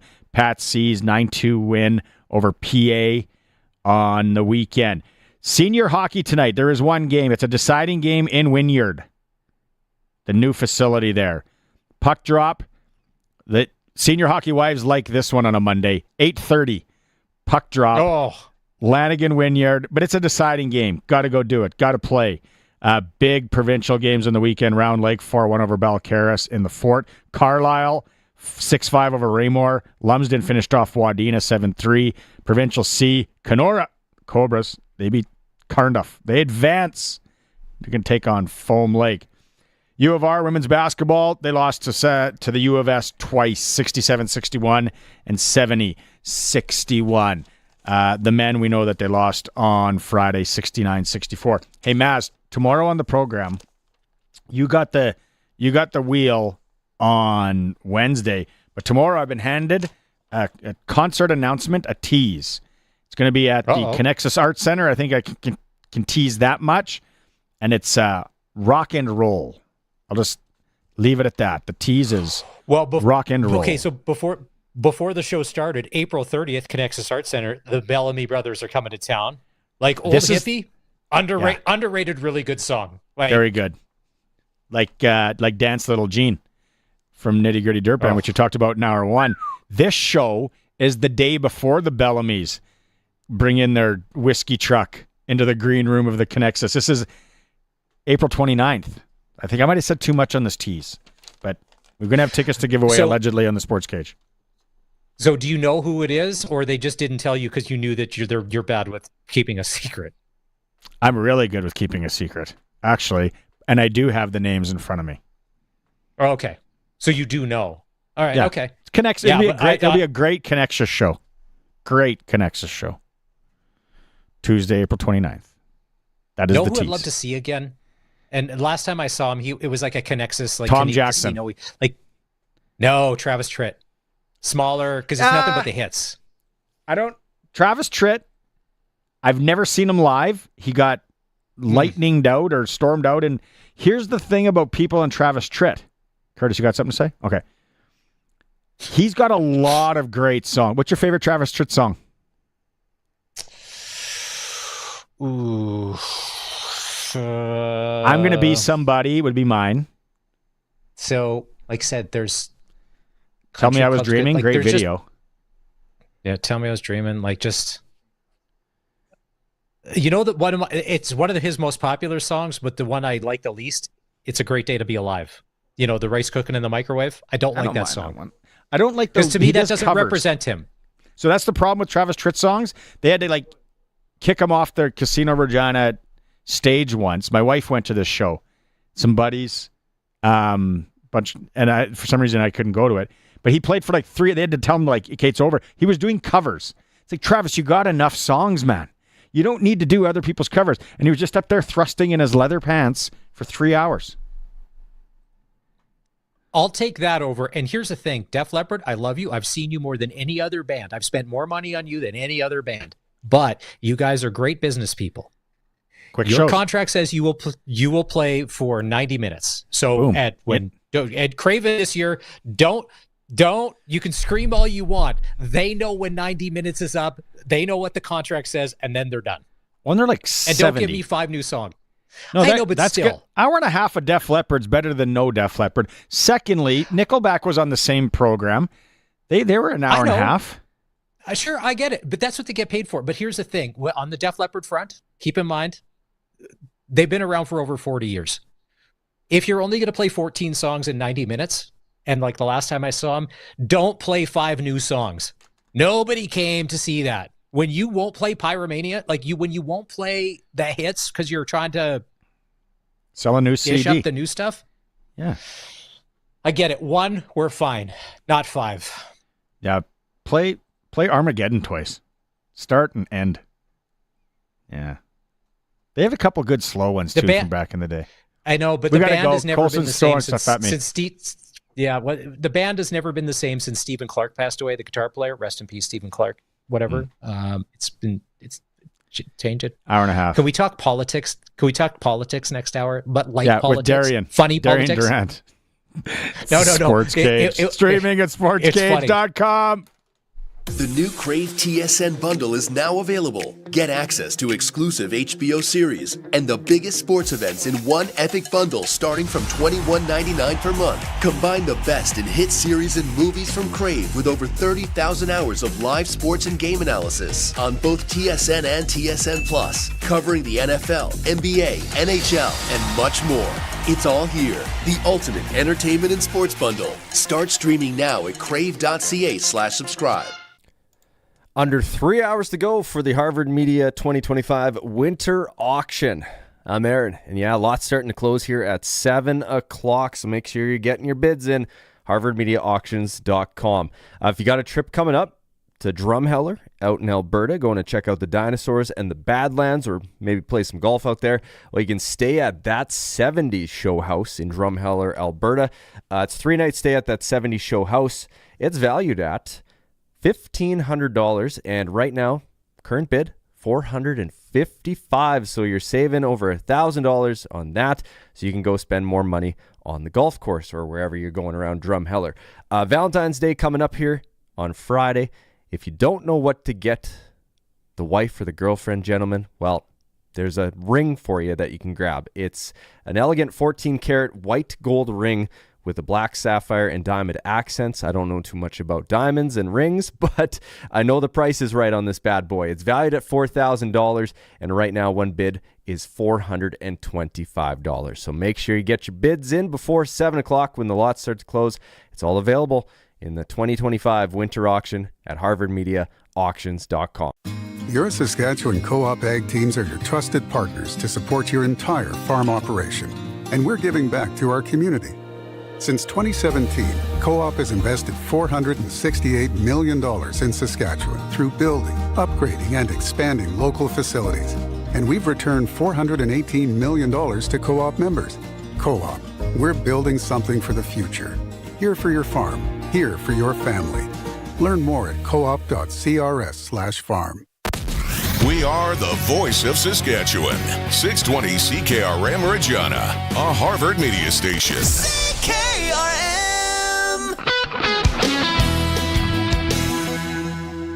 It's 5 o'clock. Good evening. There's some drifting snow and it's minus 25 in Regina. I'm Corey Atkinson from the Harvard Media News Center with 620 CKRM News for Echo Sound in Fort Capel. Stay connected with a new cell phone from Echo Sound. Call 306-332-6711. There's some breaking news this hour as Donald Trump, the President of the United States, has imposed 25% tariffs on steel and aluminum imports. That includes Canada, and Trump has said there will be no exceptions. We'll have more on this in the days to come. After 17 centimeters of snowfall last week, Regina has begun plowing all residential streets today. The crews may opt for ice shaving instead of full grading on narrow roads to prevent snow ridge challenges. The city encourages residents to move their vehicles from streets to help crews plow more efficiently. Updates are available on the city's Sweep and Plow app. Winter crews have already cleared roads, sidewalks, and alleys, but snow removal continues in school zones. Drivers should slow down and maintain a safe distance of 3 to 4 car lengths from snow plows. Saskatchewan NDP Shadow Minister for Education Matt Love, joined by NDP MLAs, urged the province today to increase funding for educational assistance after Saskatoon Public Schools announced layoffs. Due to a lack of expected federal funding under Jordan's principle, the school board will have to terminate 80 educational assistant positions. Love criticized the provincial government, saying school boards shouldn't rely on federal funds to maintain staffing. He called for generational investment to improve education support for students. The layoffs are expected to impact all students, especially Indigenous children with intensive needs. And the new tariffs that we just mentioned from the President of the United States come just a week after Trump temporarily paused plans to hit Canada and Mexico with 25% across-the-board tariffs and a 10% levy on Canadian energy. Canadian premiers have traveled to Washington this week on a joint mission to meet with Republican lawmakers and attempt to sway the president away from that threat. Ontario Progressive Conservative leader Doug Ford says his province is prepared to act hard and fast if the tariffs are implemented. Pierre Poilievre says that a Conservative government would build a permanent military base in Nunavut, CFB Iqaluit, if elected. Speaking in Iqaluit this morning, Poilievre also addressed President Trump's desire to make Canada part of America. Let me be clear. Canada will never be the 51st state. We are a proud, sovereign, and independent country. We are a patriotic people, and we will defend our future and our independence. As part of his announcement, Poilievre promised to double the number of Canadian Rangers to 4,000 members and buy 4 new heavy icebreakers to be split between the Coast Guard and the Royal Canadian Navy. And new changes are coming to the way Americans hand out change as President Trump calls for a major change to the country's currency. Reporter Perry Russum explains. President Trump says he directed the Treasury to stop minting new pennies, calling the coin wasteful, as he focuses on cutting costs, targeting entire agencies and the federal workforce. Trump posting, "Let's rip the waste out of our great nation's budget, even if it's a penny at a time." Canada stopped minting the penny in 2012. It's 5:03, and that's your 620 CKRM News. Read more stories from around your community and around the province at sasktoday.ca and 620ckrm.com. Your weather is next. Oh, finally, there it is. Whoa, did you order pizza? No, even better. I called Echo Sound, your SaskTel authorized dealer. Oh, so what'd you order? Well, they have all the top-of-the-line smartphones with all the latest features and so many great plans, man. Oh, nice. Oh, it is the pizza guy. Hey, guy. Tell him to go away. We're waiting on Echo Sound. Echo Sound, your SaskTel authorized dealer in Fort Capel. EchoSound.ca. We'll still take the pizza, though. Experience counts, and Louis Dreyfus Yorkton has over 100 years combined with our marketing team. If you need to move canola before seeding, we have space, and our driveway is open from 6 a.m. till 7:30 p.m. Monday to Friday. LDC has off-grade canola options with paper blending on moisture and green. Plus, we also accept heated canola. Call today and find out why producers trust Louis Dreyfus in Yorkton, 877-782-8882, or visit ldcyorkton.com. I'm Corey Atkinson with your 620 CKRM Precision Weather Forecast, brought to you by Linex Regina. Serious protection, killer looks, 1865 McCarra Street. Now here's Precision Weather meteorologist Steve Adamson. A cold pattern is in place and will remain in place the duration of the week, with temperatures staying well below normal through the period. It looks relatively uneventful, though, in terms of any storminess, as things should stay relatively quiet for the bulk of the week. Tonight, mostly clear skies, bitter cold temperatures, the low temperature near minus 32, the wind chill down to minus 44 at times. For Tuesday, some sun to start, then turning mostly cloudy. It remains rather cold, the high near minus 20. For Tuesday night, partly cloudy skies, quite cold once again, the low temperature near minus 31. Wednesday, partly to mostly sunny skies, temperatures stay well below normal, the high near minus 22. Thursday, partial sunshine through cloudiness, and it stays rather cold, the high near minus 20. No real changes for Friday, intervals of cloudiness with periods of sun, and still remaining quite cold, the high temperature near minus 21. With your 620 CKRM weather forecast, I'm Precision Weather Meteorologist Steve Adamson. Across the province at this hour, Saskatoon is minus 24, Swift Current minus 26, Assiniboia minus 25, Broadview Moosomin minus 27, Yorkton Melville minus 26, Estevan minus 26, and Weyburn is also minus 26. At this hour in Moose Jaw, there's some blowing snow. Winds are from the west at 38, and it's minus 24, with the wind chill making it feel like it's minus 39. Regina has some drifting snow. Winds are from the northwest at 37, gusting to 48, and it's minus 25, with the wind chill making it feel like it's minus 40. For more local news that matters to you, subscribe to the daily newsletter at sasktoday.ca. When you want the best for your truck, you want Line-X. Your truck has withstood the harshest elements Saskatchewan has thrown at it. Rocks, gravel, rain, sleet, and snow, and left with no chips, no rust. Line-X protective coating keeps your truck's bed liners, rocker panels, and bumpers looking like brand new. Don't settle for Brand X. Go with Line-X. It's serious protection. Come see why everybody loves taking their truck to Line-X Regina for their rocker panels, bumpers, and more. Line-X. Make your truck complete. 1865 McCarra Street. It's been a long day. I don't want to cook. Oh, I'm going to surprise the family with a pizza night. Oh, I'll be a hero. My family might actually pick me up in celebration and carry me around the kitchen, and they'll chant my name, and I'll be celebrated until the end of time when I... This isn't Western Pizza. I thought you loved us. Don't pizza fail. Get what they want. It's got to be Western Pizza. Big on toppings, big on taste. And get it hot and get it fast. Western Pizza. Broadcasting from Century Studios in downtown Regina, Harvard Media presents the all-new Sportscage, where Saskatchewan comes to talk local sports. Brought to you by Kellen Solar. 35 years of experience moving water from a dugout or well without electricity. Visit KELLNsolar.com to find out more for your livestock operation. Be a part of the show. Call 1-866-767-0620 or text 306-936-6262. The all-new Sportscage. Streaming at sportscage.com and on the radio at 620 CKRM. Welcome back to the Sports Cage. Like you said, for Kellen Solar, anything solar in Lumsden, Saskatchewan. It's Maz, Colson, Curtis joining me today. We're waiting for Darian Durant. We had some technical difficulties, hoping to get him on the line in a bit here if you're watching the stream. If you missed hour one, it's kind of all Super Bowl. We had Eric Francis that went long in hour two. To go back and revisit things when it comes to that Super Bowl game, I really have no interest in talking about the halftime show because I didn't watch a lot of it. I was summoned Me neither. To go to the vehicle and get the new wine fridge with the boy, and we kind of listened to a bit of it in the background. It felt like the loud muffler car with subs in it and some music I don't know. That's what it was. Like sitting at a light on Rochdale. I just don't know, nor did I care. So here's my thing for next year. I think it's time we go back to country. Morgan Wallen or Luke Combs. They're both huge, mass appeal. They've done the thing like Morgan Wallen. It's the most expensive concert ticket out there. It's the most sought after concert ticket. Now, but here's the thing: if people what don't about know Def this, Leppard? when you play the Super Bowl, there's a good part of Maz that would, for 20 years or 30 years, would have defended that. But here's the thing: to play the Super Bowl, you don't get paid. It's exposure that you get. The NFL does not pay you. Yep. And doing the sports cage. Maybe more.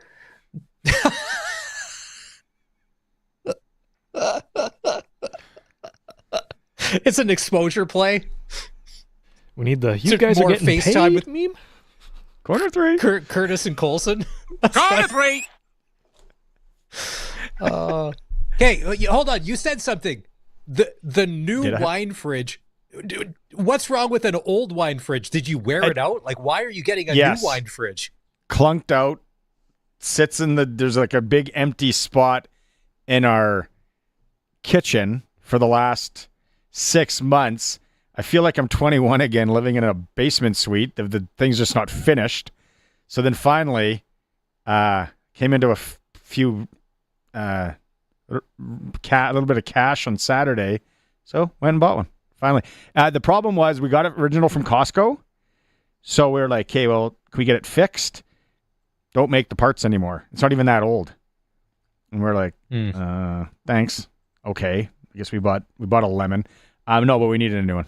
So okay, but why would you, if you came home? So this is this is a thing that I don't know about you. So why, when you got home to watch a football game, when you brought it in, why would you wait till halftime? Like, it's freezing cold. It's minus 27. The wind chill's minus 40 something, and you wait till halftime to now go outside to go get the fridge. Why wouldn't you just brought it in when you got home? Because I wanted to watch the start of the game so bad that, remember I said I was at the longest Pee Wee female AA game in the province's history yesterday? It just kept going on. So it was on the other side of town. By the time we got back, like we could listen to the first series. That's why I missed that pass or I missed that bad penalty call. So I ran into the house, watched the game. And then I said, Rome's, you and I will go get the fridge at halftime. Everyone was happy with that. Mrs. S was happy with it. We all came to an agreement. So that's why. Went out. It wasn't going to go mid-game. Okay. Don't have a pause option anymore on the TV. Oh. Yeah. I'm back to the Eric Francis conversation, and I'm just going to leave it at that. But back to the game. And we had people that texted in earlier. Prairie Land Rentals text line since 1986. Prairie Land Rentals, 600 Albert Street. Get to deal with the owner on a job, small or big. He'll help you out. I thought, let's go with the 6 sacks first off. They didn't blitz. There was not one blitz call, and they got to Mahomes. Well, no one's done that. Buffalo's sitting at home going, how did they do that? Or what planet are they from?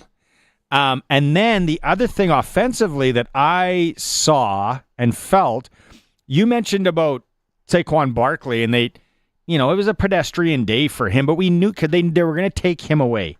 And you're coaching that, they're going to take him away.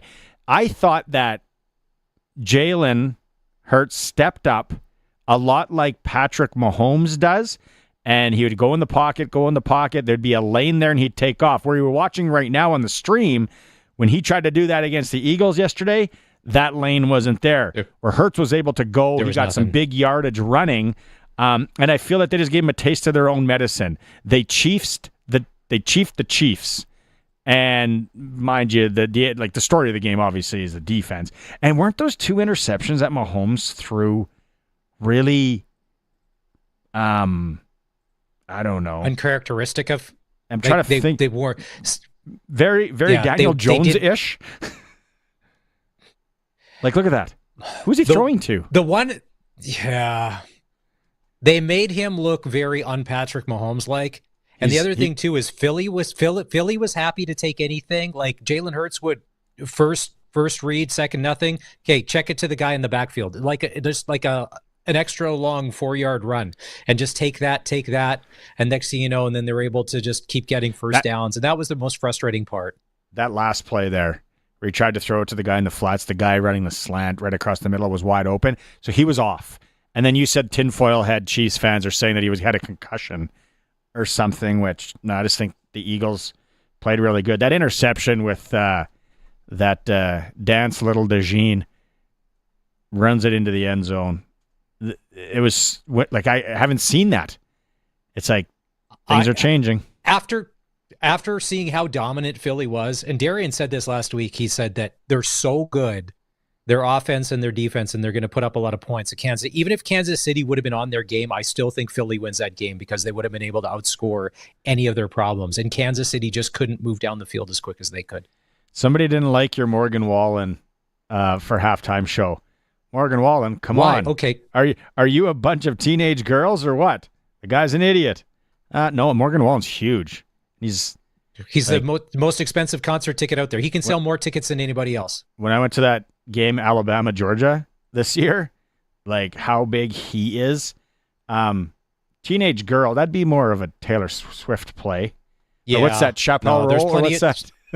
What's Chappelle Roll? There's plenty of dudes at Morgan Wallen. Plenty. Like that's the thing. Like you're not selling. Yeah.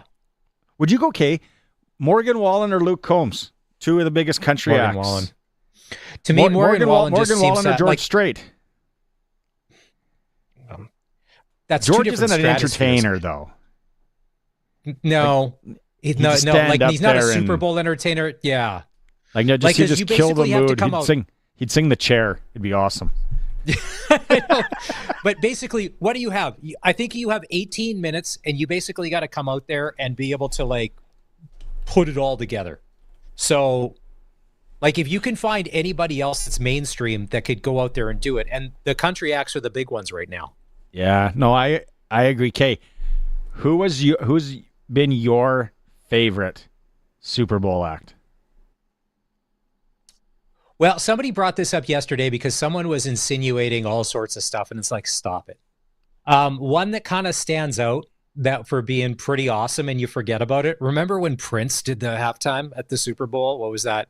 Yeah, it was big You're yesterday like, on social media. Yeah, In the rain. You're like, okay.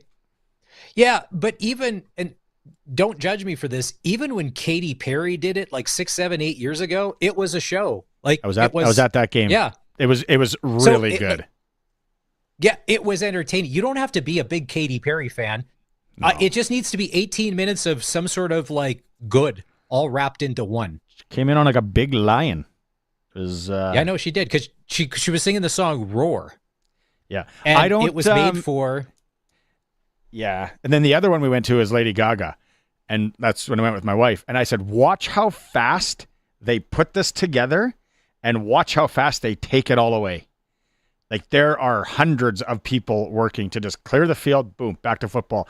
The one that I don't remember, but I watch it all the time because I think it was just so good, was the Michael Jackson one. Yeah. And how he said the cue will be when I take my sunglasses off. And he stood there. I saw and the they're same talking clip to him. yesterday. I was watching They're talking to him. Like, and the director's losing his mind. Yeah. I think I saw like a documentary on that once or whatever. That one was good. And that I was Snoop Dogg, Dre. I'll take that any day of the week. It was in LA. That was good. So I don't know if that's teenage girl-ish out there, but those are my favorites. I'd vote for Morgan Wallen. I think he'd put on a good one. Maybe bring in Bailey Zimmerman, jump around the stage because they're just full of energy. Yeah, no. Well, because then if you get Morgan Wallen, you're probably going to get Hardy up there as well. Yeah, see that guy. They write That songs guy I together, don't stuff. care for. He's kind of Really? I like Hardy because he's an everyday guy. He wears a baseball jersey. He's a little overweight. He's not a best looking dude. He's just a normal guy. He can't outrun a diet. You're saying, like you told me the other week. Okay, listen. If speaking, and I know when people love that we talk music, if there was one song or one artist that could be banned forever, if I had that kind of power, the way things are going right now, it's this Shabuzi guy. Like there is nothing that makes tipsy guy. It makes me more aggravated than hearing that song. I don't know why, and I'm probably in the minority. No, don't sing it, please. It's so annoying. Okay, next thing you know, he'd come to Craven.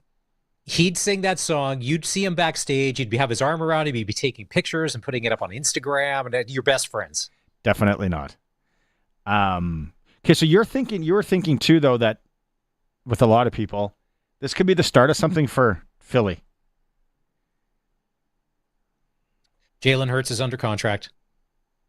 Their offensive line, most of them are under contract. Saquon Barkley's not going anywhere. He just signed a deal. Like Cooper DeJean, rookie deal, all of these guys. And Jalen Carter, like he's, just on his rookie deal. Like they've got a bunch of pieces. They're probably going to lose some in free agent, but you just do. But that doesn't mean that they can't add. Like they're not at the end of what they're going through. Remember when the Patriots were kind of at the end and everybody kind of knew like how many more Brady, like can they keep, like Edelman's hurt, like everybody is on their last legs. Philly, this seems fresh. Philly only has 15 guys going to be unrestricted free agents after this year, and only 4 of them are starters, or 5 of them, of which the only ones that I'm recognizing is Milton Williams, who is one of their D tackles who had a sack or 2 in the Super Bowl. So they've got pretty much everybody locked up. And they play in a garbage division. Yeah. Well, no, Washington. Well, okay. Washington will be okay. Sure. And they got money to spend. Okay, but do you think that Dallas can get their problem solved with Brian Absolutely Schottenheimer not. as the head coach? Absolutely not. Do you think the Giants are going to solve anything going into like they need a quarterback? They should be so embarrassed. Okay, but speaking of quarterbacks in New York City, so it came out yesterday that Aaron Rodgers is not going to be welcomed back to the Jets. Was that a him move to just be relevant on Super Bowl Sunday? Do you think he leaked that? Who leaked that? I was thinking to myself, that seems like something Aaron Rodgers would do. He just wants people to talk about Aaron Rodgers on Super Bowl Sunday. Yeah, go to the Giants. There's 2 things out there. Did you watch it? Did anybody with their eyeballs watch him play the last year? Like, he is not the guy. He's not the same guy anymore. You can't. I think this is just me talking. No. Somebody else. I would take Russell Wilson. But if you're desperate, you shouldn't did you be. See? This is the NFL. Okay, but it's okay. This isn't pickup football on a Tuesday where you're short guys. So the most intriguing story that's come out in the past 24 hours, and this is just my opinion. Shabuzi banned. There's a chance that Matthew Stafford could end up being traded from the Rams to the Raiders. Could you imagine with Pete Carroll and all that? You'd find that the Raiders would finally have a decent quarterback, even if it's only for a year or 2 to get you through. The Raiders would be instantly better. I'm just They're getting wondering. rid of Cooper Kupp. They announced that last week. I was wondering if you're the Raiders, pick him up. If everybody forgets about how Pete Carroll wasn't that great the last year and a half in Seattle. So now it's kind of like Belichick. And I'm like, he was awful in New England. Like real bad. But it's the bias of the brand. So I don't know how Pete, he's kind of chews his gum all cocky like, and he's got the youthful exuberance. It's not 70, but I don't know how he's going to do. Like, I feel like the games pass those guys by. Or maybe I'm crazy. I think instead of like Antonio Pierce, you get basically a season and a few games before you're fired. I'm assuming that they would give Pete Carroll at least 2.5 years before they fire him. Because any other no-name coach that Davis and Brady don't have any respect for. So you can keep, they have money. So just paying these guys out, no big deal. But maybe with Carroll, like you had to get a name, somebody that they kind of respect. Prairie Land Rentals text line missed out here. Paul sounds like an educated football fan every time he's messaged in. He said Chiefs O-line is not that great, like when you kind of break it down. And then he said the Giants also paid Danny Dimes all that money. But yet they let Barkley walk. Like, how dumb do you look right now? And it's on the video that's out there. And then Leonard on the text line says Prince when he performed Purple Rain in Minnesota at the Super Bowl. So he's voting for Prince as well. Yeah. He also says nobody can blame the refs. It's a good thing that Philly won by so many points. I took an alt money line. Oh yeah, I love it. It's too big to rig. Too big to rig. What is this, Colson, now? Well, you said you're getting paid by exposure, and we know that's not true. Capital for then somebody is chiming in here. Oh, Brandon. He chimed in. First off, sad my Chiefs lost. I forgot he's a Chiefs guy. But I'll get over it. Second, the Blue Bombers love our sloppy seconds. Yeah, I mean, we can get into the Shea Patterson thing like we did in hour one. Let's take a break. Then we'll talk about Shea Patterson. If anyone's got any comments on that. Are you surprised? Is anybody... Wasn't that always going to happen, the way things were going here? I don't know. This is Sports Cage, streaming at sportscage.com. He's at it again. Matt's sharpening his pencil to save you money at Matt's Furniture. Now till March 5th, save big with Whirlpool during the Kitchen Suite Savings Event. Buy any 2 qualifying Whirlpool kitchen appliances and save $100. Buy any 3 qualifying Whirlpool kitchen appliances and save an extra $300. See in store for all the details and full list of qualifying models during the Kitchen Suite Savings Event. Matt's Furniture in Fort Capel, Kamsack, Melville, and Foam Lake, or online at mattsfurniture.ca. Clock's a ticking, under 2 hours to go before our Harvard Media winter online auction starts to close. Lots closing at 7 o'clock. Make sure you're getting your bids in at harvardmediaauctions.com. Lots and lots of items available for under $20. I'm looking at this Calgary City bike tour for 4 people. It's called the Toonie Tour. 4 people can tour around the city of Calgary for $5. That's the current bid. That's a $568 valued bike trip.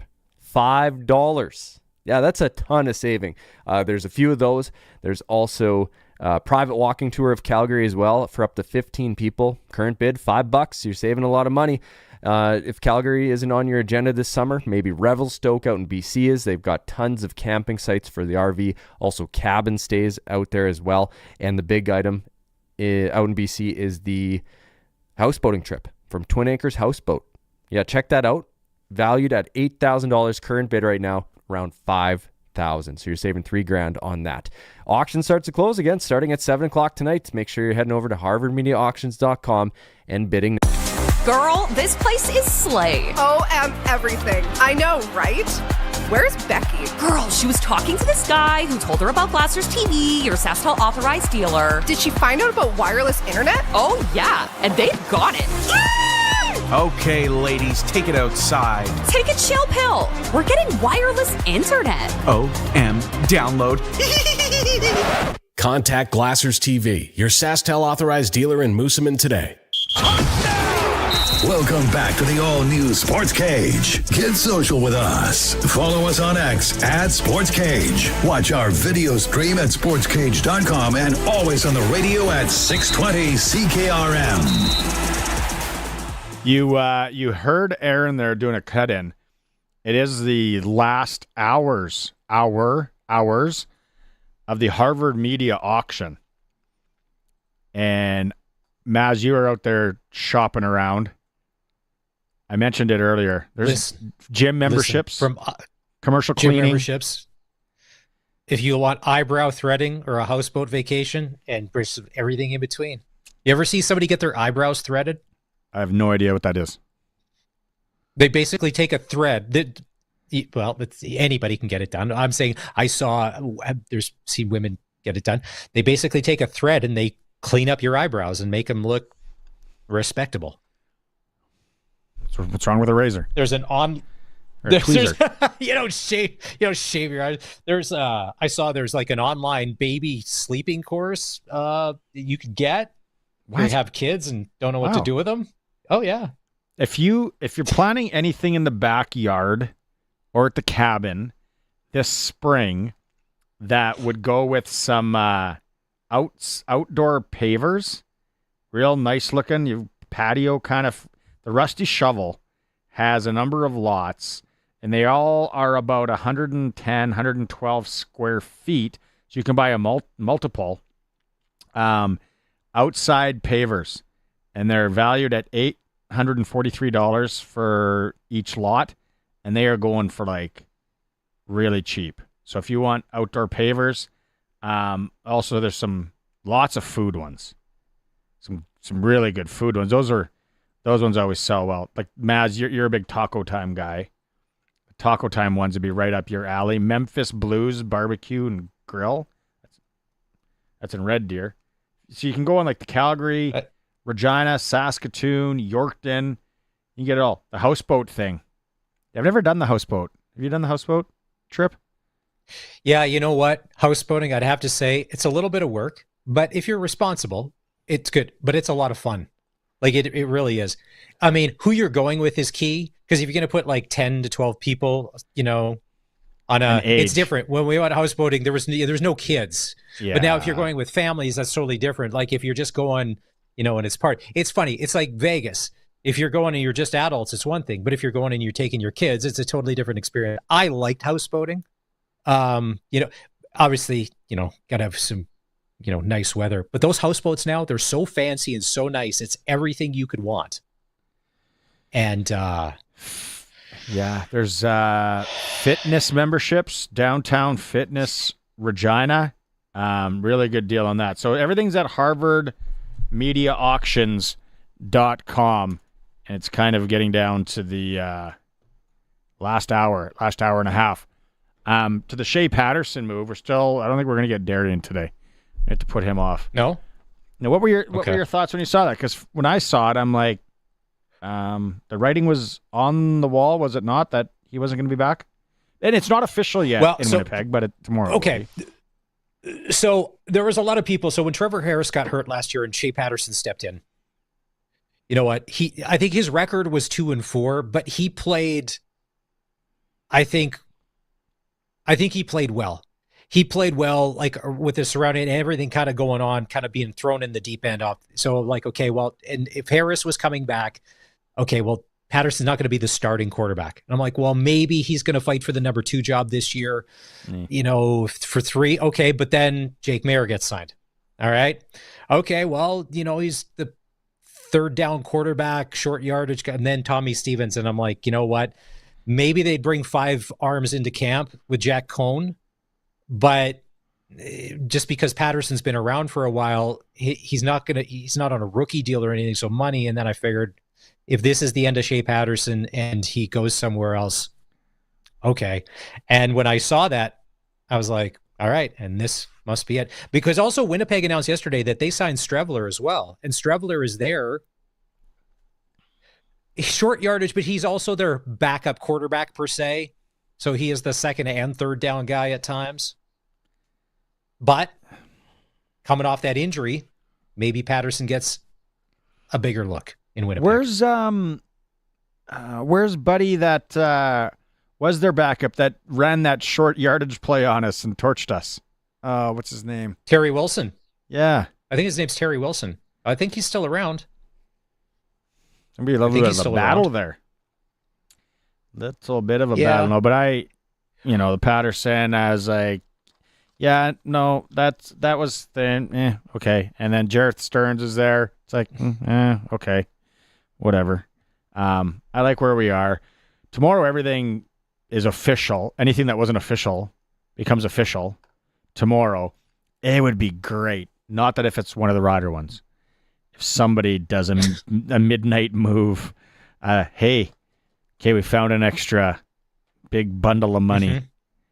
And then they pull shoot. I don't know what the rules and ramifications and everything are, but if you're not allowed to pull shoot last minute, burn the guys, midnight move, call it what you want, then why even have this charade? Just do everything whenever. Yeah, well, Trey Roberson, for whatever reason, his deal with Ottawa fell through. So does that mean he's going back to the Stamps? Like, I don't know. Like, when do the physicals come into play? I don't know. That'd probably be a good question for Darian to be like, do you just have to do a physical when you get to training camp? Because essentially, if there's no money doled out before then, and it's just everything would kick in with the start of technically the calendar season, Yeah, because these are free agents. You're not trading players, so you don't need to pass a physical to like guarantee a trade and stuff, right? So you're just picking up a free agent player, same as calling a guy who's been out of any league for a couple of years. Yeah, but you also don't want to sign a lemon. Yeah. Right? Like you're buying a used car. If you're paying good money for it, you want to go get it checked out. Well, it's probably some... Did you get a house inspected? It's probably some guarantee based on passing the physical before training camp or something, or there's going to be a number of things for the teams to protect themselves, and at the end of the day, they can cut anybody, right? We got Darian? No, I was just going to say, like a car, we're going to do an out-of-province inspection on these guys. I can make sure the timing belt's all good, and other maintenance needs. Oh, no Darian, just Curtis. My wife just messaged. She listened to my auction thing. Oh, yoy. Now we got trouble. I got problems. First, the wine Why? fridge. She wants to go houseboating? Did she want to go houseboating? Yeah. Renting for a month. No. There's got to be some... You mentioned Lemon, and the best to funniest story out of all last week, Sean Lemon not only suspended for gambling, but now he's suspended for drugs or PEDs or whatever. It was a weight loss drug. It was a weight loss drug. That's what it was. I respect him even more now. You got double suspended. Listen, I'm not... He's a West Sider. I know. That's what I'm saying. I'm like, dude, now he's all in. Like I said, I respect him even more now that you're like double suspended. You're gambling. You're taking whatever stuff maybe you bought off the wrong shelf at a drugstore. What would be the trifecta? Cracking down on you. What would be the last thing? They find out that he stole somehow from the league office. He had a key.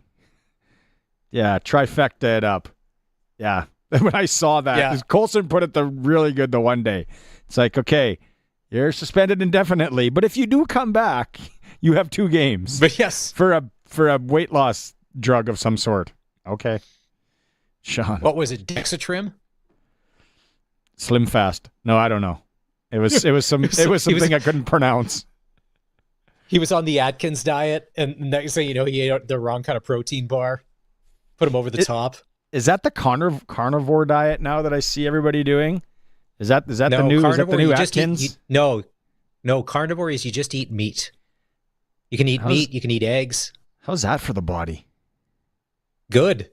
It's got everything you need. So think about it this way. What you're eating already ate the vegetables, because people are like, you need vegetables. No, you don't. But is that how the body breaks it down? I'm no doctor. It seems a little bit iffy. There's a lot of stuff in there. Like, I'd much rather talk about politics than argue about diet. Okay, can we talk politics? This is funny politics. Did you see this? So DJT, Donald, is it John Trump? Did you see his tweet yesterday about Prince Harry? No. This is hilarious. Someone asked him, somebody in the press corps, Prince Harry, he's from England, but he lives, in the States, in California. Are you going to deport him? And he says, no, because of his wife. Have you met her? She's terrible. Like, if Prince Harry has enough of his own problems, because he's got to deal with the wife that Meghan Markle he's married to. And that's bigger punishment than getting deported. And I'm like, wow, savage. No filter. Absolute. Oh, and by the way, filter. Did you see that they're making plastic straws legal again in America? Are they? The paper ones which don't work? Yeah. I'm going there next week. I'll bring a bunch back. We'll celebrate, boys, like it's 2017. Paper straws, absolutely terrible. Getting rid of them. By the way, his middle name is John, so we're going to call him Big Bad John from now on. All right? Okay. Yeah. But here's the thing about the paper plastic straws, because we're kind of landlocked in Saskatchewan. There's not an ocean nearby. There's not a lot of ocean life. I'm not a marine biologist like George on Seinfeld. Okay, like listen. But we're here. We're trying to save turtles and stuff. So last year on vacation in Hawaii, we're at the ABC store. We're less than 500 feet from the beach where there are turtles and all sorts of other marine life. There's a whole whack of plastic straws right there for your Slurpee and for your Coke and your Diet Coke and your Cherry Coke and your Sprite and your Fanta, whatever it was. They're not worried about High it. C. Why are we worried about it? So you ever see what they dump into the ocean over in some of the? It's just a garbage dump. Oh, I know. That's sad. That's sad to watch. Paul, again on the text line, St. Paul, brings up a good point. But Greg Olsen was better than Tom Brady. Greg Olsen really got kind of shafted, lost his job, kicked out, and he's actually not bad as a color analyst. Plastic straws are good for the oil business. G in Winnipeg says that. Don't get me started on Team Canada. And we're not talking the hockey team. Let's take a quick break. It's convenient. We can talk Four Nations when we come back. It is the Sports Cage. We are streaming at sportscage.com. The Bellamy Brothers are coming to the Connexus Arts Center Wednesday, April 30th at 7:30 p.m. Just let your love flow like a mountain stream and let your love grow. Since the 1970s, the Bellamy Brothers have charted 20 number one singles, 25 top 10s, and more than 50 hits overall on the country charts. Give me a redneck girl. The Bellamy Brothers at the Connexus Arts Center Wednesday, April 30th. Visit connexusartscenter.ca for tickets. See you at the center. It's time to celebrate. Bulldogs, national champs. Shoresy's back for a new season. It's the off season. Sorry, off season. And it's only on Crave. Hockey players always find trouble in the off season. You know what Sudbury's like in the summer. Summer in Sud Vegas. It's good and weird. Summer in Sud Vegas, baby. Gotta keep our guys between the lines. Yeah! They're gonna ruin everything. Boys will be boys. Are you talking about the boys or the boys? The boys. Shoresy, new season, stream now. Only on Crave. Subscribe now at crave.ca. Get your equipment out of the rain and snow and under the roof of a new storage building from Olympic Buildings. Have a warm, dry place to work and keep everything out of the cold. Olympic Buildings. Buildings to meet your budget. Visit olympic-buildings.ca. Text CKRM 306-936-6262. Powered by Prairie Land Rentals. They've got everything you need for your projects. 600 Albert Street. PrairieLandRental.com. The all-new Sports Cage is live streaming from our Century Studios in downtown Regina. Watch now at sportscage.com. Be part of the show by texting 306-936-6262. 620 CKRM. It is Dry Rib Mondays at the Canadian Brew House. $9.99 cracked pepper sea salt dry ribs. Also $1.50 off tankards. Michelob Ultra. Visit any of your local Canadian Brewhouse locations. We talked to Eric Francis earlier about the Four Nations. He's off. He's heading there tomorrow. I'm extremely regretful on my decision not to go now that it's here. Kind of like... Well, okay, so what happened? Because you were going. Yeah, just you were going to go, right? Just with holidays next week, and then going and coming back, and then putting more work on you to possibly co-host. Can I do the show from there? How am I going to do the show from there? Like for me, it was like, okay, and there was just a lot of logistics. Kids are going 1,000 different directions. Again, we're leaving on Saturday, week off, holidays. So I'm like, yeah, it's probably not the best thing. Going to be kicking myself Wednesday when I'm watching it. We did talk to Eric Francis earlier, and that's always for Southie Mainline Chrysler, the new king of trucks in Southie. Worth the drive every time, guaranteed. Like right now, you get 0% financing on Jeep Grand Cherokees. We talked about the lines that came out. They had their first practice today, and the lines for Team Canada that were on the ice. If you're watching the stream. And a lot of people were losing their mind because Mark Stone of the Vegas Golden Knights, former Brandon Wheat King. I wasn't. And another Kelly Crimmett, me neither. I'm like, has anybody seen Mark Stone play defense? Is there anybody better at picking pockets and stick checking and stealing pucks than Mark Stone? Marchand's really good. He steals a puck, gives it to Crosby, McKinnon, and then they're off to the races. Like, look at that. Like, and they make it sound like he's some sort of slug.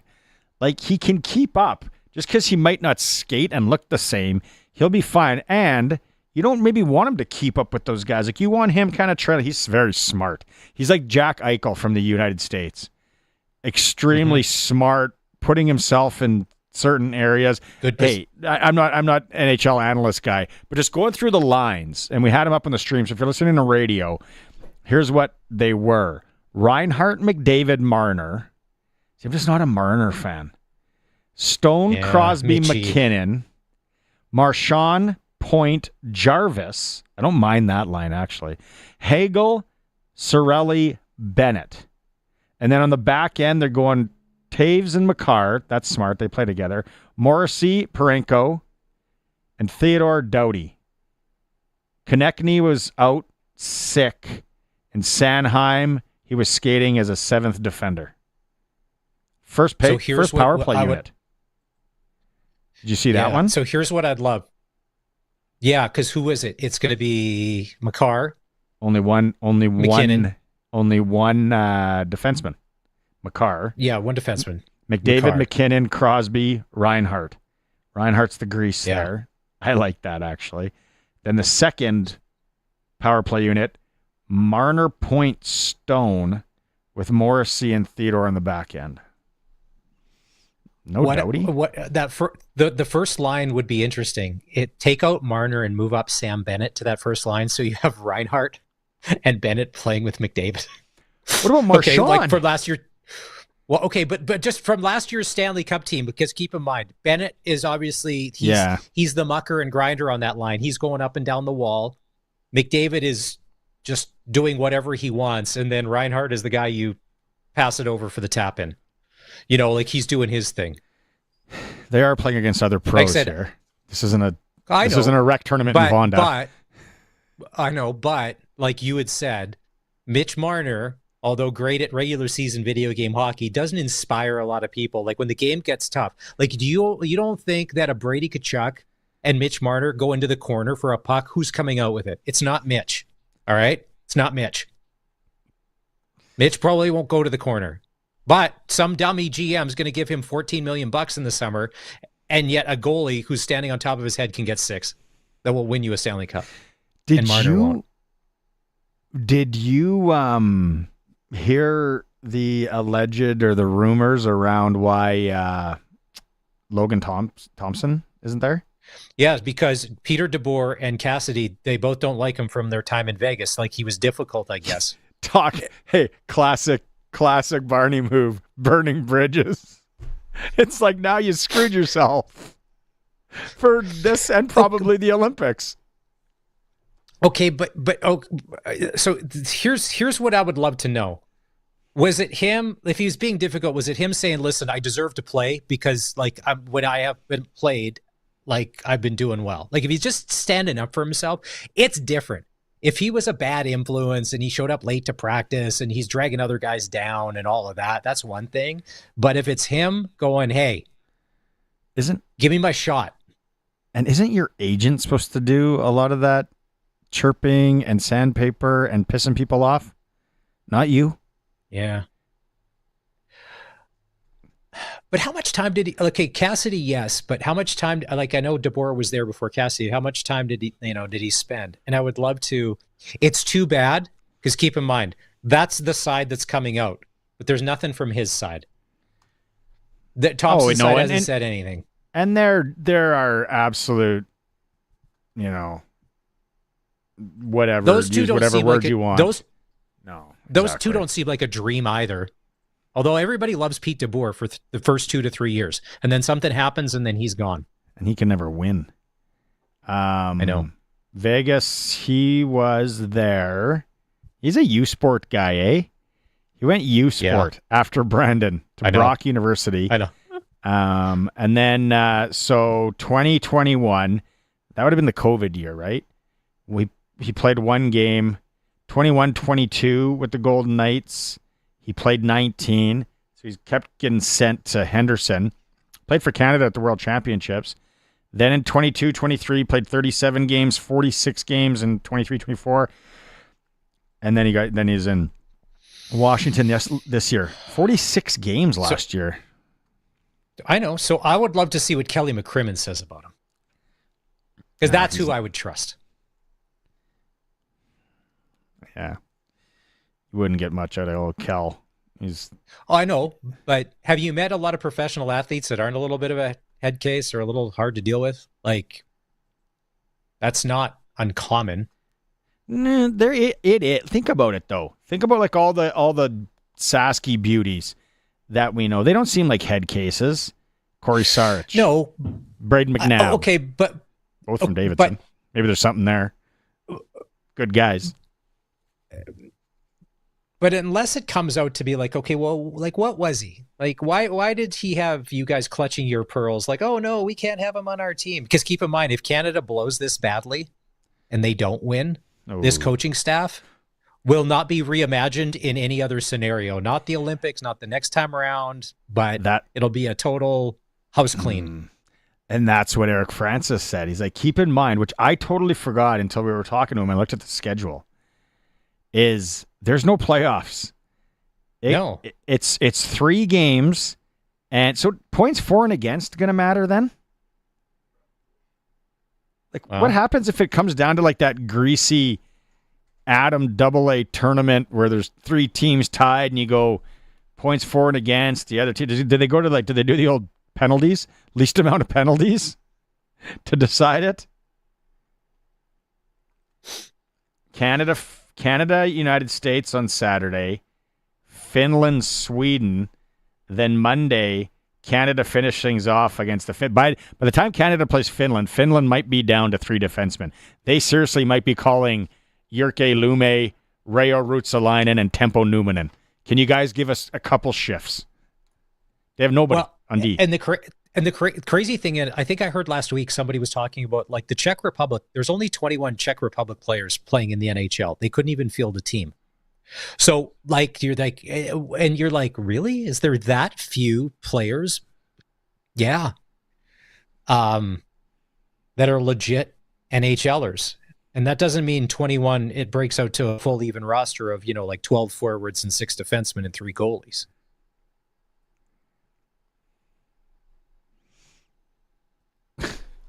I don't know. This has Kansas City Chief vibes written all over it for a lot of us Canadian fans. It's either going to go real well or it just may fall off the other end. And we could be sitting here in like 10 days going, wow, what happened? Why really? wouldn't Wow, they what put happened? Canada and the U.S. in the last game? Like the last game of the tournament, mind you, it's in Boston. The last game of the tournament is Sweden versus the United States. I've seen some bad scheduling in my minor hockey days in the last little few years. This is awful. I guess it's Saturday night, but you're going to get the Saturday night crowd. Canada could play Kazakhstan, or U.S. could. You'd get the Saturday night crowd. Final game of the tournament needed to be Canada USA. Anybody? And what am I missing here? Is there a gas leak? Why? Canada, Finland at 1 p.m. on Monday. It's a holiday in the States, kinda. Talking tiebreakers, I found the answer for you. Okay, right on. What is it? So, because there's the potential of a 3-way tie, there's rules for both. So, 2-way tie is just head-to-head teams results breaks the tie. Yep. Because there's no way where you have 2 teams tied and they didn't play and 1-1 or lost, whatever, right? So there's no ties allowed in these games. Correct. It's still overtime, shootout, regular. Perfect. That whole stuff. Okay, thank you. But yeah, if 2 teams are tied, whoever won in the round robin, you win. Wins there. 3-way tie. Mm-hmm. They have 9 steps that you go down. Oh no! And if at any point it eliminates one of the teams, then it just goes back to 2-way, so it's easy. Oh. But the steps are total points, like from wins, overtime losses, etc. Regulation wins, again total, and then total regulation wins and overtime wins. Goal differential, total goals scored, and then between the tied teams only, goal differential, total goals scored, more even strength goals for, fewer even strength goals against. I don't think we're going to get to step 9. I don't think there's going to be a 3-way tie, but they've got it all thought out. That's a lot. Yeah. No. One thing I would love to know, if you're a player and you're not playing in this, what is the most sought after destination that you go on vacay? Is it Cabo? Like, is that like, does everybody get a PJ? So everybody pitches in money and you go to Cabo?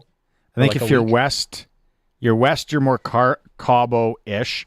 If you're east, you're more probably Bahamas. Like Cancun? Probably, yeah, somewhere. If you're an NHL player, I don't think you're going to Cancun. You don't go to Cancun. Like maybe somewhere in the mine, but you might as well go to Dominican, Jamaica. What else is over there? I don't know. Costa Rica's too far south.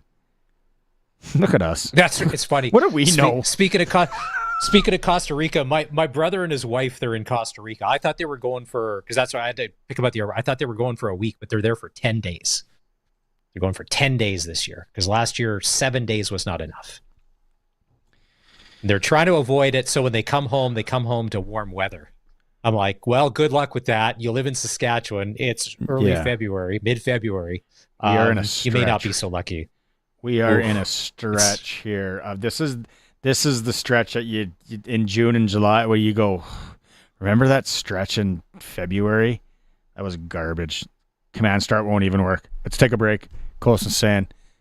Good job on that info, by the way. It is a Sports Cage on the home of sports in Saskatchewan, 620 CKRM. Sask Lotteries has 50 years of winning behind us. And you know what that means? Lots of winning numbers. Numbers like over 1,200 organizations funded and 12,000 plus groups supported.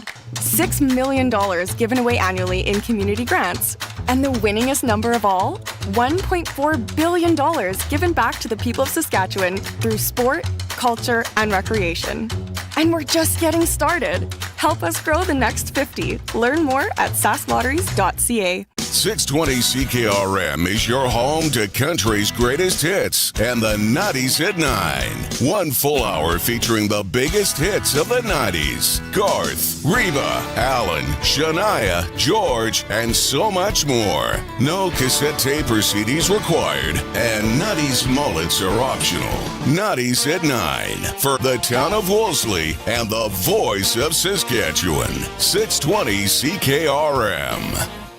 Welcome back to the all-new Sports Cage. Connect with the show. Call 1-866-767-0620 or text 306-936-6262. Lots of travel gift cards, Maz, in the Harvard media auction. I know. Which closes, it starts closing, I think. Lots of 250s. The bids are around 100 right now. So that's good.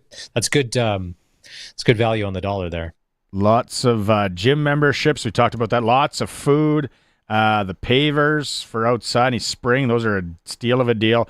Residential cleaning services. If you're watching the stream there, you can go to it harvardmediaauctions.com. Bids start closing right away. So get on there and bid. Unless you're my wife. Forget that I said that website. Is that the old one? I think that's the old one, Curtis. Isn't it? What? There's indoor golf stuff, too. Royal Regina. We have Ryan Pollock on. Indoor simulator golf. Sports and recreation. And you can go check out, if you want, Saskatoon, Yorkton, Red Deer, Fort Mac, Edmonton, Calgary. Some stuff in Alberta if you want it. So, harvardmediaauctions.com. On that note, we've got about a minute left. Got anything on your chest you want to clear? If you're a Chiefs fan and you're feeling bad that your team lost, but you were sitting at home on the couch, no harm, no foul. Yesterday at the Caesars Superdome, to get a box was anywhere between $500,000 to $750,000, which came with 25 tickets, food, and alcohol. So that's $20,000 to $30,000 a person to see your team lose. That's a bitter pill to swallow because it didn't work out for you. I wonder how many of those people have been to the other two. Oh, there's a picture of Travis Kelce leaving. Does he retire? Around the horn here, quick. Maz? No. I think he follows his brother. Plays another year. Probably should have retired when they were in the bowl.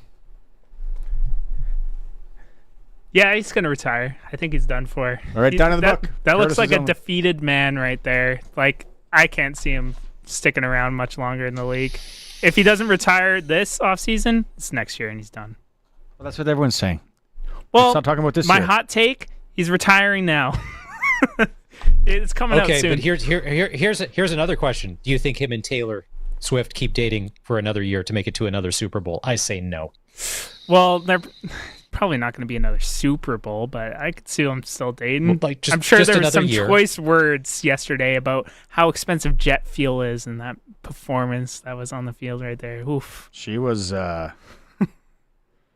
really booed. Yeah. And she looked shocked about it, and I'm like, there's a lot of Eagle fans here. Could you the world imagine has just changed. like being like a supportive girlfriend and checking your boyfriend's football game out, and they show you, and people just start booing you? Man, I would never go to a game ever again. I think she's in a bit of a different boat, but yeah. What color was her top, by the way? Did you bet on that White. top? Oh. Well, no, my wife said she wore a different top in, and then when they showed her, she was wearing white, almost like a bodysuit kind of ensemble. Yeah. No, I didn't bet on that. What about the Gatorade color? I saw someone bet I it was didn't bet purple. on that either. What is it? Was that the yellow? anthem over 2 minutes? Was the anthem over 2:01? It seemed like it. It was yellow. Was the anthem over 2:01? I don't know. Didn't see it. It was at that hockey game. Came in late. Oh, that's right. All right, with the late wine fridge. All right, back tomorrow. CFL free agency, all the signings. Hopefully Dave Thomas joins. Hopefully Justin Dunk. Chris Harris will be my co-host. The C's will be back. Maz, thanks so much. Have fun on Wednesday. That is the Sports Cage for the C's. Have a good night. Be kind. Rewind.